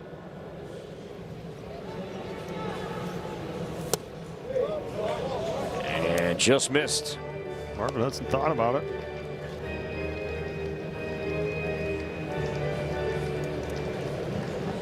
The more these guys get to work with this ABS system, the more impressed I am with these umpires and how locked in they're getting. Lost his bat and pokes it to left.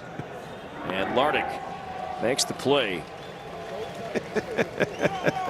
I mean, this had a unique sound. I mean, you listen to baseball, you listen to contact, and every now and then you hear something unusual. Take a listen at home.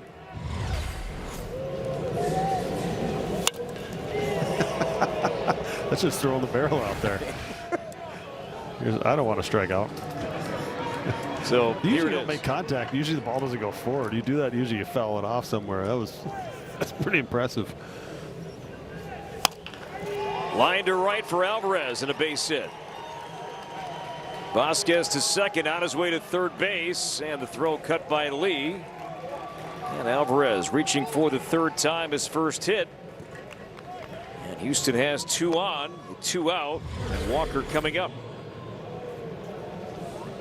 Oh, pitch that Jeffers was set up away. I think they were trying to go backdoor with it.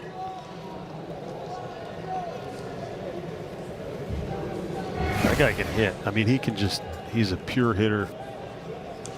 Line to line. Take his singles if that's all you're giving him, and then you make a mistake, he'll jump all over it. Need to get out of this inning right here. This is the last batter you want to face. Keep it at 6-2. Christian Walker 1 for 3 tonight as Topa misses high for ball 1.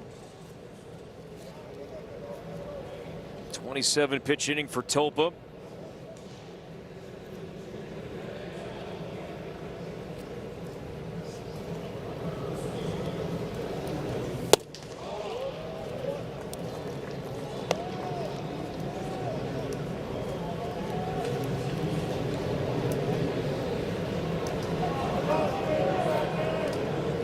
Walker has been pulverizing fastballs this season.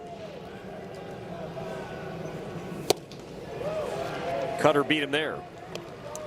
2-1.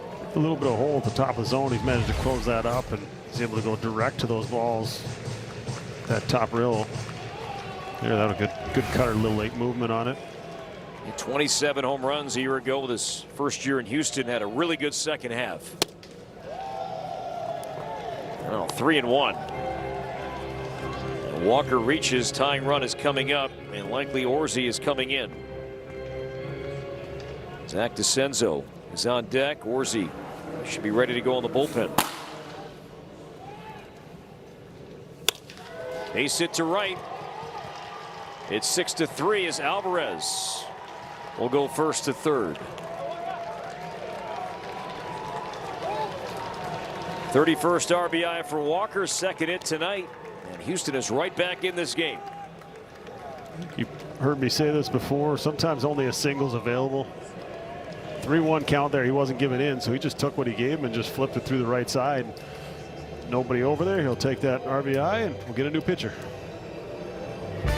So Topa will depart here in the 7th. Tying run is coming up for the Astros when we come back.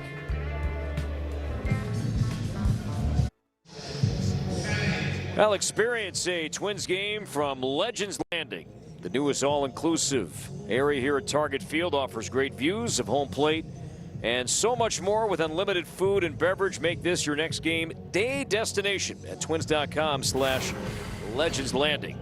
Eric Orsi takes over here in the 7th inning. Twins had a 6-0 lead, now 6-3. Astros still batting with 2 on and 2 out. Tying run coming up, and Zach DeCenzo, his spot was due up. He will not bat. Instead, Joe Espada going to his bench and brings in left-handed batting Zach Cole to face Eric Orsi. Which is interesting because Orsi's best pitch being his split, the one he throws most often. Usually a pretty good pitch to match up against left-handed hitters.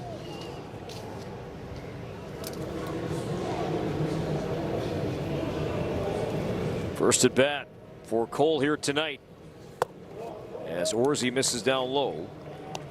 4-1. Cole, one of the top prospects in Houston's system entering the year.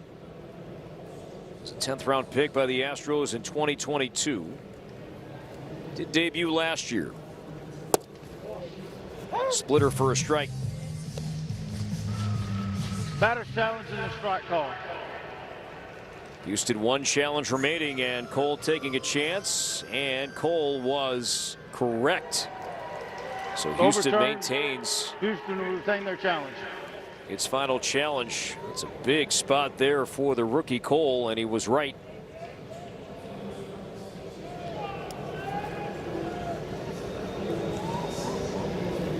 Cole has pop in his bat. Now 2-1. That looked to be low, and it looked like for a moment there Cole did kind of nod his head there a little bit, and had he challenged, he would have been right. A pretty hard thing to do, to challenge back-to-back pitches. And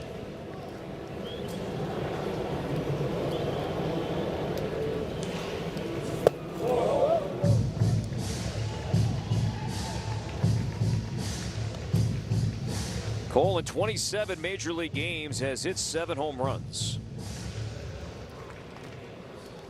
But also a high strikeout rate. Alvarez at third, Walker at first. As Orsi fires 3-1, strike 2. it's crazy to think how it all started. Just a leadoff walk with a 6-0 lead. 2 strikes on the batter. 2 strikes hit by pitch. See if Orsi can find a way out of it here. Walker, he runs 3-2 pitch, ground ball to first. Clemens out of knee. Will take it to the bag and ends the Houston rally. For the Astros, bat 8, scored 3 as we stretch at Target Field.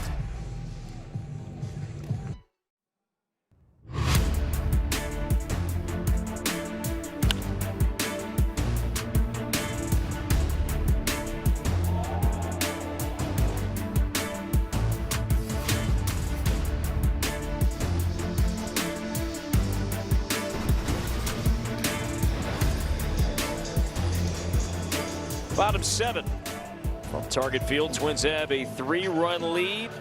A rain delay of 1 hour and 57 minutes. Murray departs. A.J. Bluba takes over for the Astros.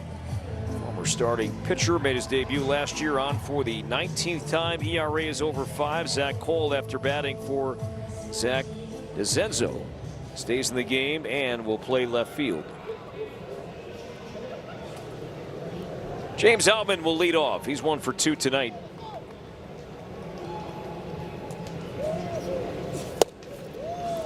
Now, 2 bullpens that have struggled this season. In terms of ERA entering this series, the Astros the highest bullpen ERA in the game at 5.78. Twins 28th, an ERA at 5.16. 0-2.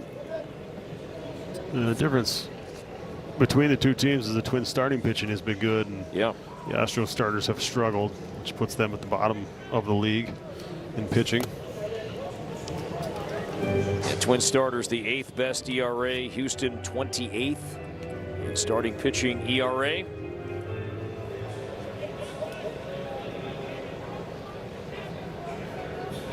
Among the injuries that Houston is dealing with right now, ace Hunter Brown is out as Outman strikes out.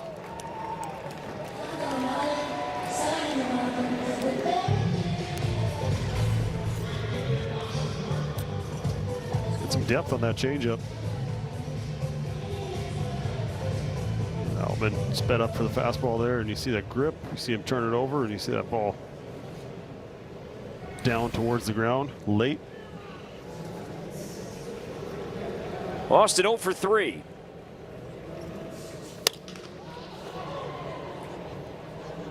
Seemed like something we've said. I was just going to say, it doesn't seem like something we've said too often this year with the way he's been getting on base, taking his walks.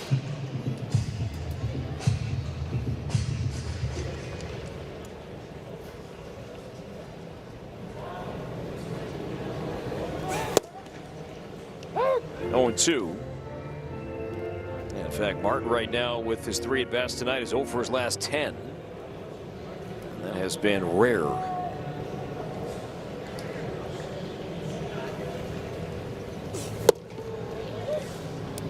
Now, saying though he has been in the leadoff spot in the absence of Byron Buxton, was on the field earlier again today, resuming some baseball activity.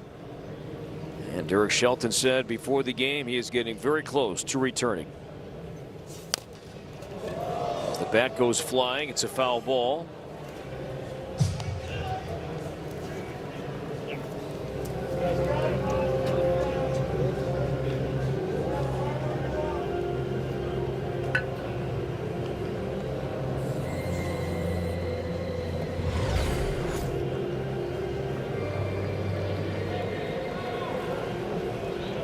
High danger zone down there. Right at the camera well. Chokes up a little bit. Does Martin.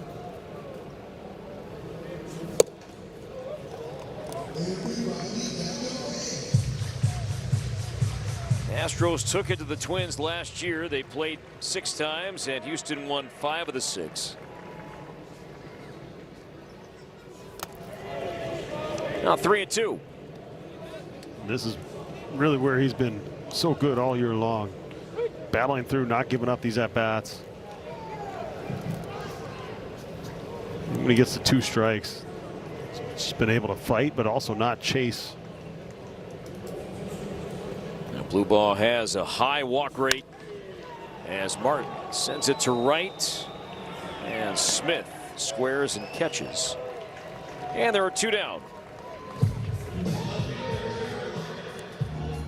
From Twins territory to the world, Delta, official airline of the Minnesota Twins. Trevor Larnach has been on twice, and he has scored 2 of these 6 Twins runs.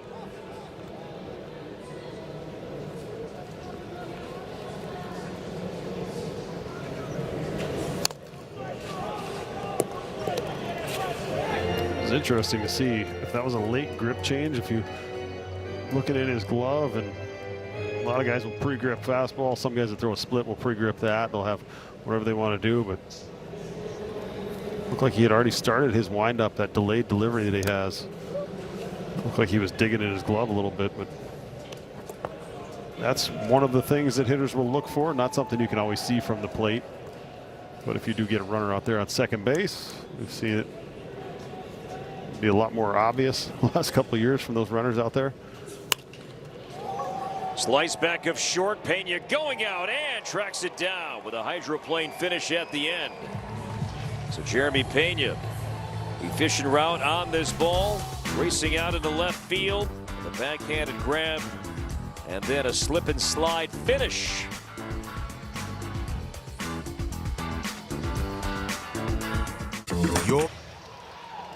Eric Orsi got the last out in the 7th and begins the 8th with the Twins up by 3 runs. And Braden Shoemake leads off 0 for 3 tonight. You see Cole Tucker in this swing right here, the way he kind of buries his hands, holds it, that load with the hands. Kyle Tucker, sorry. See the way the hands work, kind of get that front shoulder turned in, the way he's looking out there. I do see the resemblance, and what I remember about Kyle Tucker too early on is that batting gloves were not his thing, right? Kyle Tucker for a long time, maybe on really cold days or nights early in the season, but he was no batting gloves. It's probably a lot easier to see it when I give you the right guy to compare him to, too. Yeah, that does normally help. It's a good comp if you want to be accurate with that, sure. But I knew where you were going. Yeah. Sitting together long here enough where you can read my mind? Yes. Perfect. Rolls it over to the right side, and Keishall makes the play on Shoemake. And one away for Bryce Matthews. Enjoy Sunday Fun Day at Target Field with free ice cream on Kids Day, presented by Target. Kids 12 and under can enjoy ice cream treats, half-price U.S. Bank kids meals, and plus run the bases postgame. Make it a family tradition. Get your tickets now, twins.com/kidsday. And the kids have hung out late night, rain delay nearly 2 hours long. Twins, though, are 5 outs away from their 22nd win. They bring them 4 games under 500.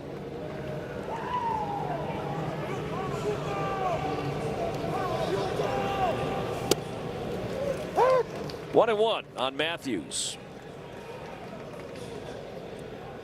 Debuted last year, 13 games, hit 4 home runs. Was a first-round pick by Houston in 2023.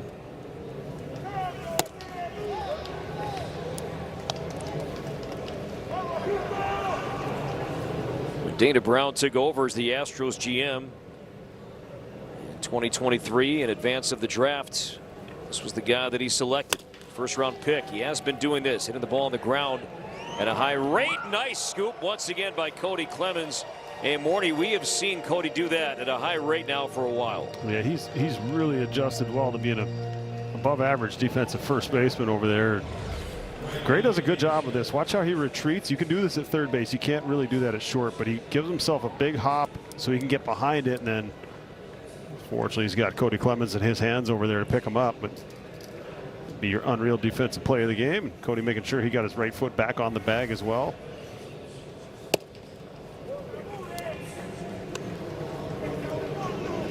You kind of get in that distance. You get further away from first base like Gray did. Then you have to make that decision as you're coming up to throw. Do I bounce it or do I try and throw it all the way in the air? You don't really want to get him caught in between like he did there. You want that short hop or that long hop, and he gave him that tough hop, and might cost him a 6-pack later. 1 ball, 1 strike. Today's game, that might be a 6-pack of baseball cards, or that's true. Diet Coke or something. Well, Cody on the last road trip after lining a ball while batting off first base coach Grady Sizemore did present Sizemore with a case of beer as he apologized for hitting you with a line drive in the coach's box, and Grady was like, I'm fine. But it's a nice gesture from Cody to do that after hitting his own coach with a line drive. Like 6 or 7 of them, he won't feel it anymore. 1 and 2 on Smith. Not that I recommend that, just saying.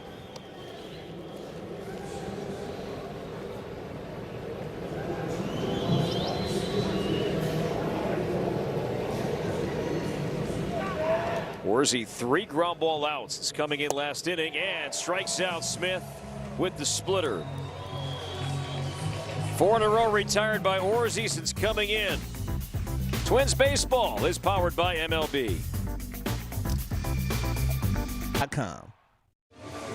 Let's take a look at our upcoming schedule. Thanks to Progressive, the Twins have 2 more to go against the Astros, and then we say goodbye to this 9-game homestand. By Friday, we will be in Boston. Could be back in Beantown taking on Boston for a 3-game set, but 4 against Chicago, 3 against Pittsburgh on the trip, guys. Audra, thank you. Ryan Jeffers with a broken bat.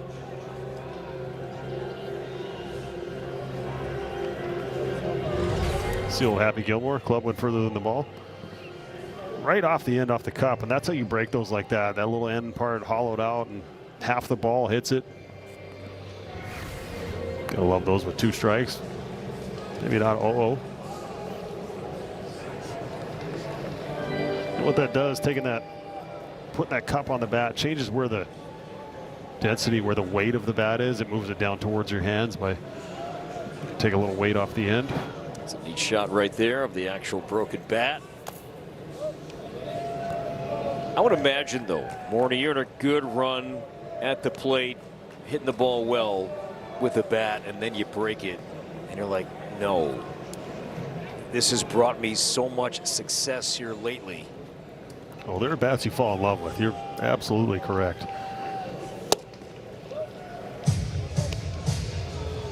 I broke so many bats, it didn't matter. It lasted more than 3 games. That was good. And on the other hand, number 7, number up there on the wall. I think there was a year where he broke 3 bats. Is that right? With those ash bats, not maple, not birch, none of the stuff that's harder to break, but like actual. Uh-oh. What do we got here?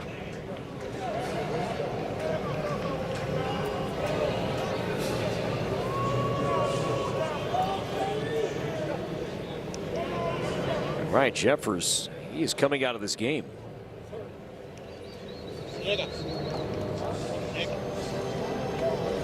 So Jeffers will leave this game. Well, not going to speculate. Hopefully it's nothing too big, but if for all the beatings he takes behind the plate as a catcher and everything that happens, something going on there.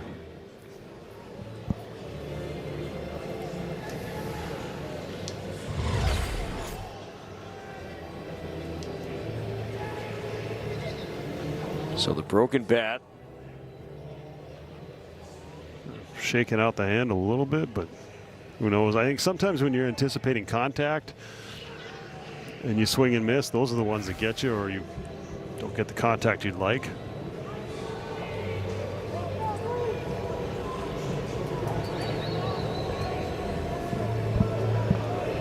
But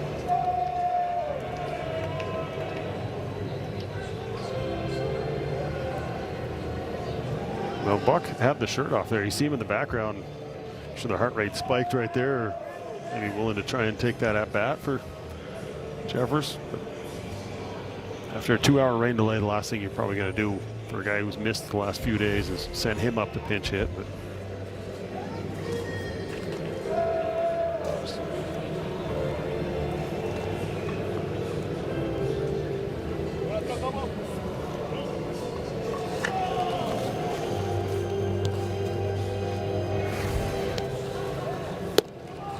so Victor Caratini will take over this at bat. Spent the last couple of seasons with the Astros.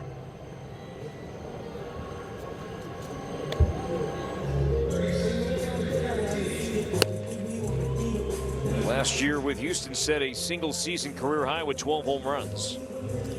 So he will take over here for Jeffers.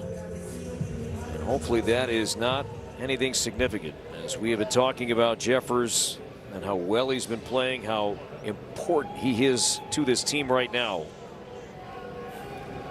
So hopefully nothing serious for Jeffers.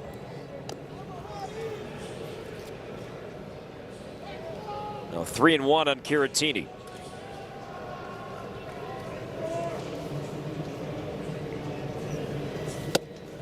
And there's ball 4. Caratini sitting over there for about 4.5 hours. Go ahead and take your walk. Right now it is a save situation with a 3-run lead. Yoendris Gomez has 1 save. Luis Garcia got the save yesterday. Cody Clemens 0 for 2 with a walk and a run.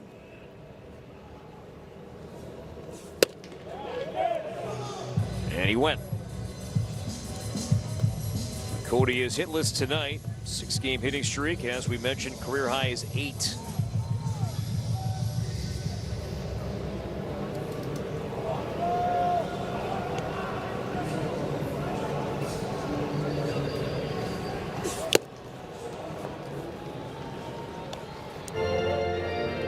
Oh, 2. Houston due up in the 9th inning. Hitters 9, 1, and 2. Vasquez, Pena, Paredes. And hopefully done with Yordan Alvarez until tomorrow.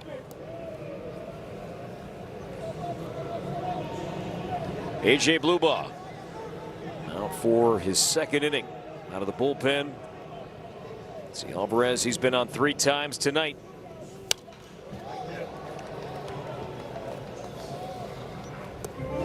He's made some adjustments to that changeup that he just threw Clemens there. He's got more depth on it this year. Trying to get a little more swing and miss with that pitch. Threw him the changeup there, see if they go back up to that fastball above the zone that they got him to swing through earlier. Major league pop-up. And Paredes near the box for out number 1. And now Josh Bell. 3 for 3 tonight. 2 homers, an RBI single. He has seen 10 pitches, mainly 4-seam fastballs, and he's done damage. First one of the first at bat was that changeup he hit to straightaway center field. I'm sure he would hate having a 4-hit game right here.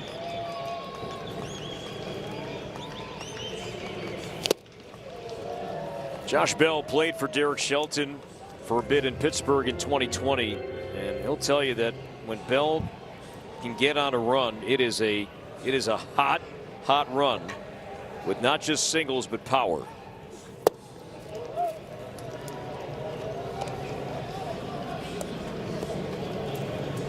Had not homered until was in a drought for a while. Before tonight, his last home run came on April 9th. He's at 2 already. Now 2-1. Well, with the struggles of some of these other Twins hitters, I'd love for him to carry this offense for a couple of weeks.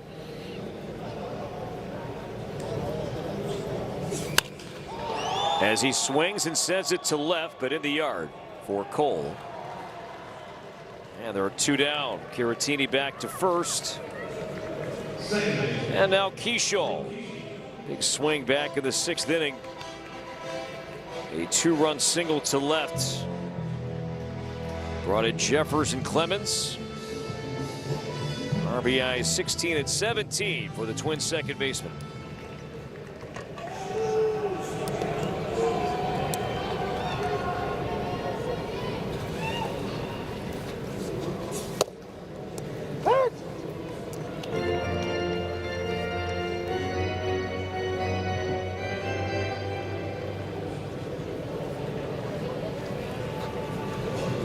Keyshaw now has reached base safely in 13 of 15 games this month.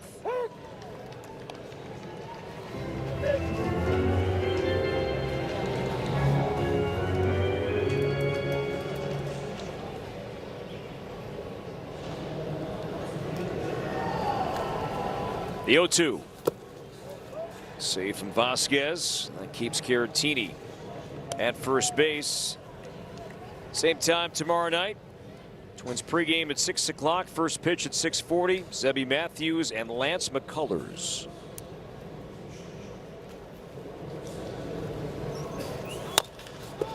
Chopped to first and Walker. And the inning is over. 9th inning coming up. Gomez coming in. Twins by 3.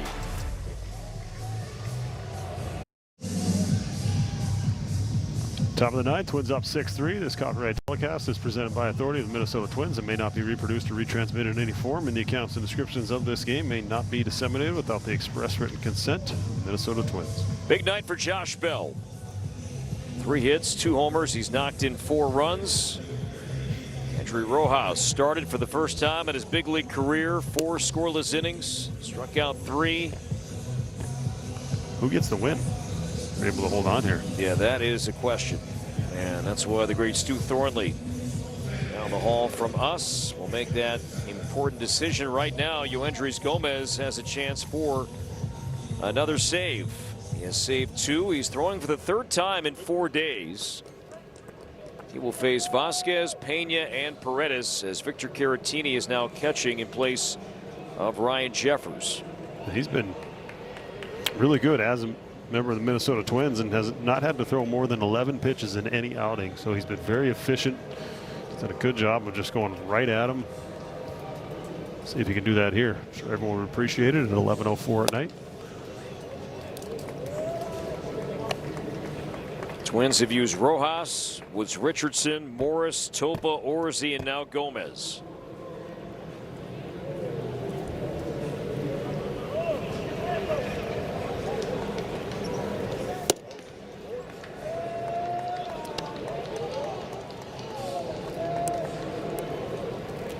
Or if this is an auto take for Vasquez here. Down by 3. Top of the 9th. Make him throw a strike. It was, and new ball for Gomez. No, 3-0 count. Red light here. Rare. Red light, that is rare. If he throws a strike and he shows you can get in the zone, I'm okay 3-1 here, but not 3-0. And a 4-pitch walk starts the 9th inning.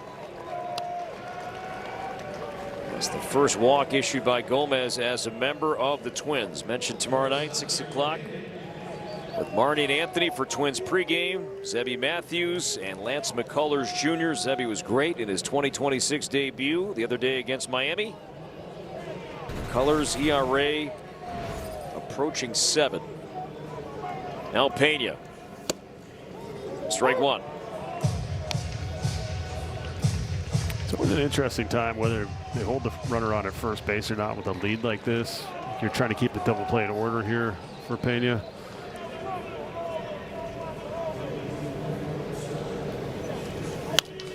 Popped up. Caratini. Plenty of room. 1 out.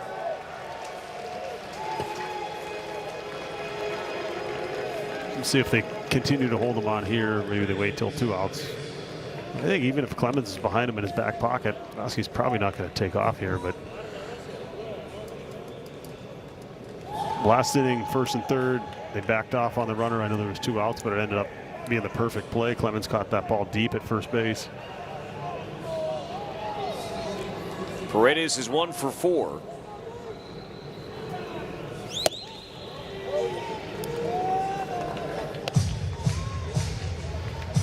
Each team 1 ABS challenge remaining.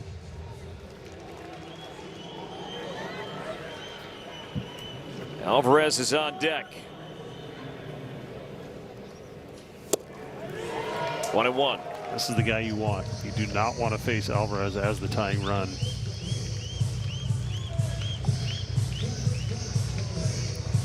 These innings that have been more difficult for the Twins, it's been the leadoff walk. It's been that free pass to start the inning, put yourself in trouble right away.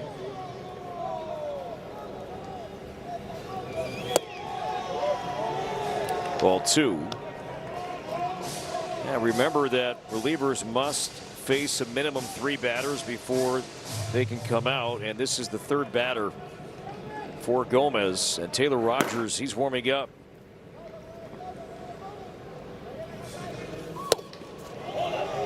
Overcooked that sinker, and now 3-1.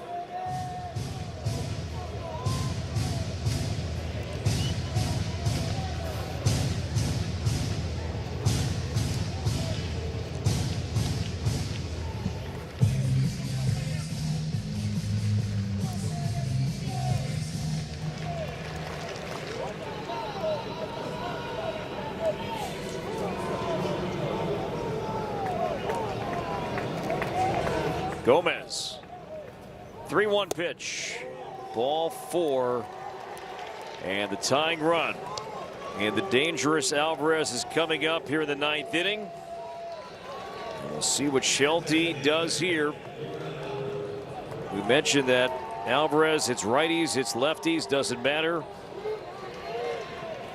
And Shelty communicating with Victor Caratini from the dugout. And here comes the Twins manager. And it looks like we will see the veteran Taylor Rogers come in, and there's the move. So Gomez had not walked a batter yet as a Twin. He's walked 2 in the inning, and we've got action. Rogers, Alvarez, game on the line. 9th inning when we come back. Twins had a 6-0 lead. Houston scored 3 in the 7th and now have 2 on, 1 out in the 9th inning. 2 runners on via 2 walks, and Yordan Alvarez is coming up. He is the tying run, and the Twins will summon lefty Taylor Rogers. And a lefty-lefty matchup here. Tense moment, 9th inning. Yeah. Rogers pitched in plenty of these situations in this ballpark over the years. He's been good recently. Only 1 earned run allowed his last 8 outings. Pitched twice in that Milwaukee series. Rogers doesn't have a save yet this season. Strike 1 to Alvarez. Saw the note that Alvarez 1 for 3 against Rogers. The 1 hit, a single. Rogers has struck him out twice.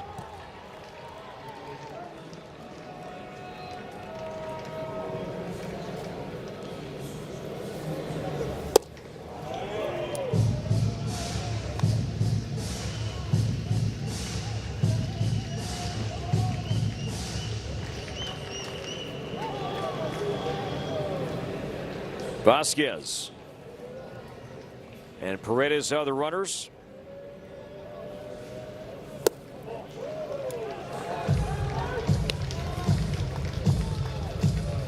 And Rogers now in action tonight. He is throwing for the 3rd time in the last 4 games.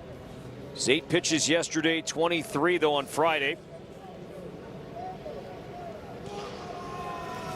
The 2-1. He didn't get cheated there. So Rogers only throws a sinker. It's really interesting because Alvarez from lefties hits sinkers better than 4-seamers. Does struggle with the sweeper. Surprised to see him go back to it, try and strike him out right here. Now the 2-2. He struck him out looking. A sinker at 91, and Alvarez is out number 2. 3rd time that Rogers has struck out Alvarez head to head.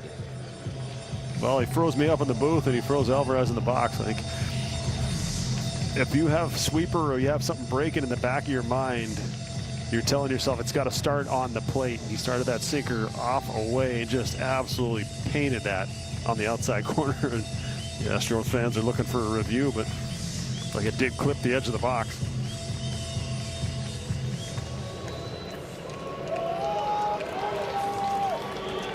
So now Walker.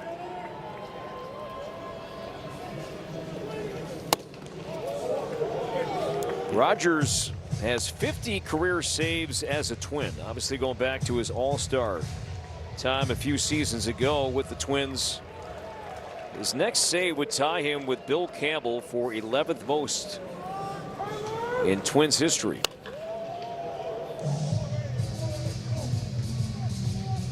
And he would be the 8th different Twin to save a game this season.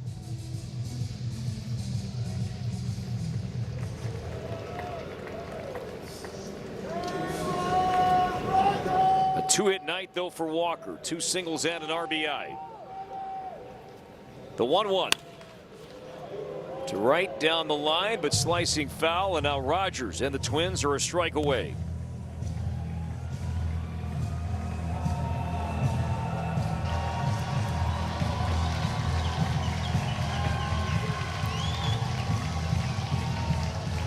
Vasquez at second, Paredes at first.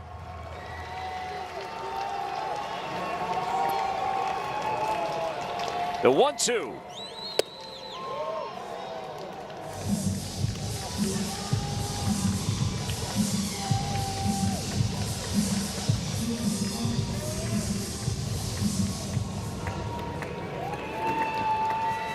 Josh Bell eating seeds. A 4 RBI night. 3-2. So the rain's coming and it's going to be here for a while. You got to end it as soon as possible.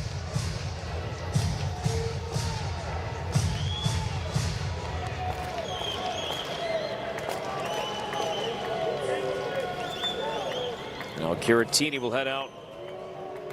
The pitch clock was winding down. Late rain falling. We had a rain delay that halted play while the Twins were batting with 2 down in the bottom half of the 5th inning of 1 hour and 57 minutes. At the time, the Twins led 3-0. Twins scored 3 more in the 6th. Houston came back with 3 in the 7th. And have the tying run at the plate with 2 down here in the 9th inning, and Christian Walker.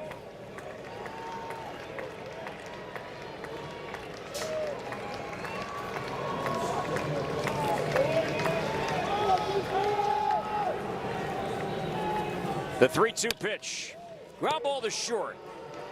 Lee throws across. Ball game over. The Twins take game 1. 6-3 the final. Josh Bell, his best night as a Twin. And Taylor Rogers locks down the save. And the Twins take the opener here at Target Field against the Astros.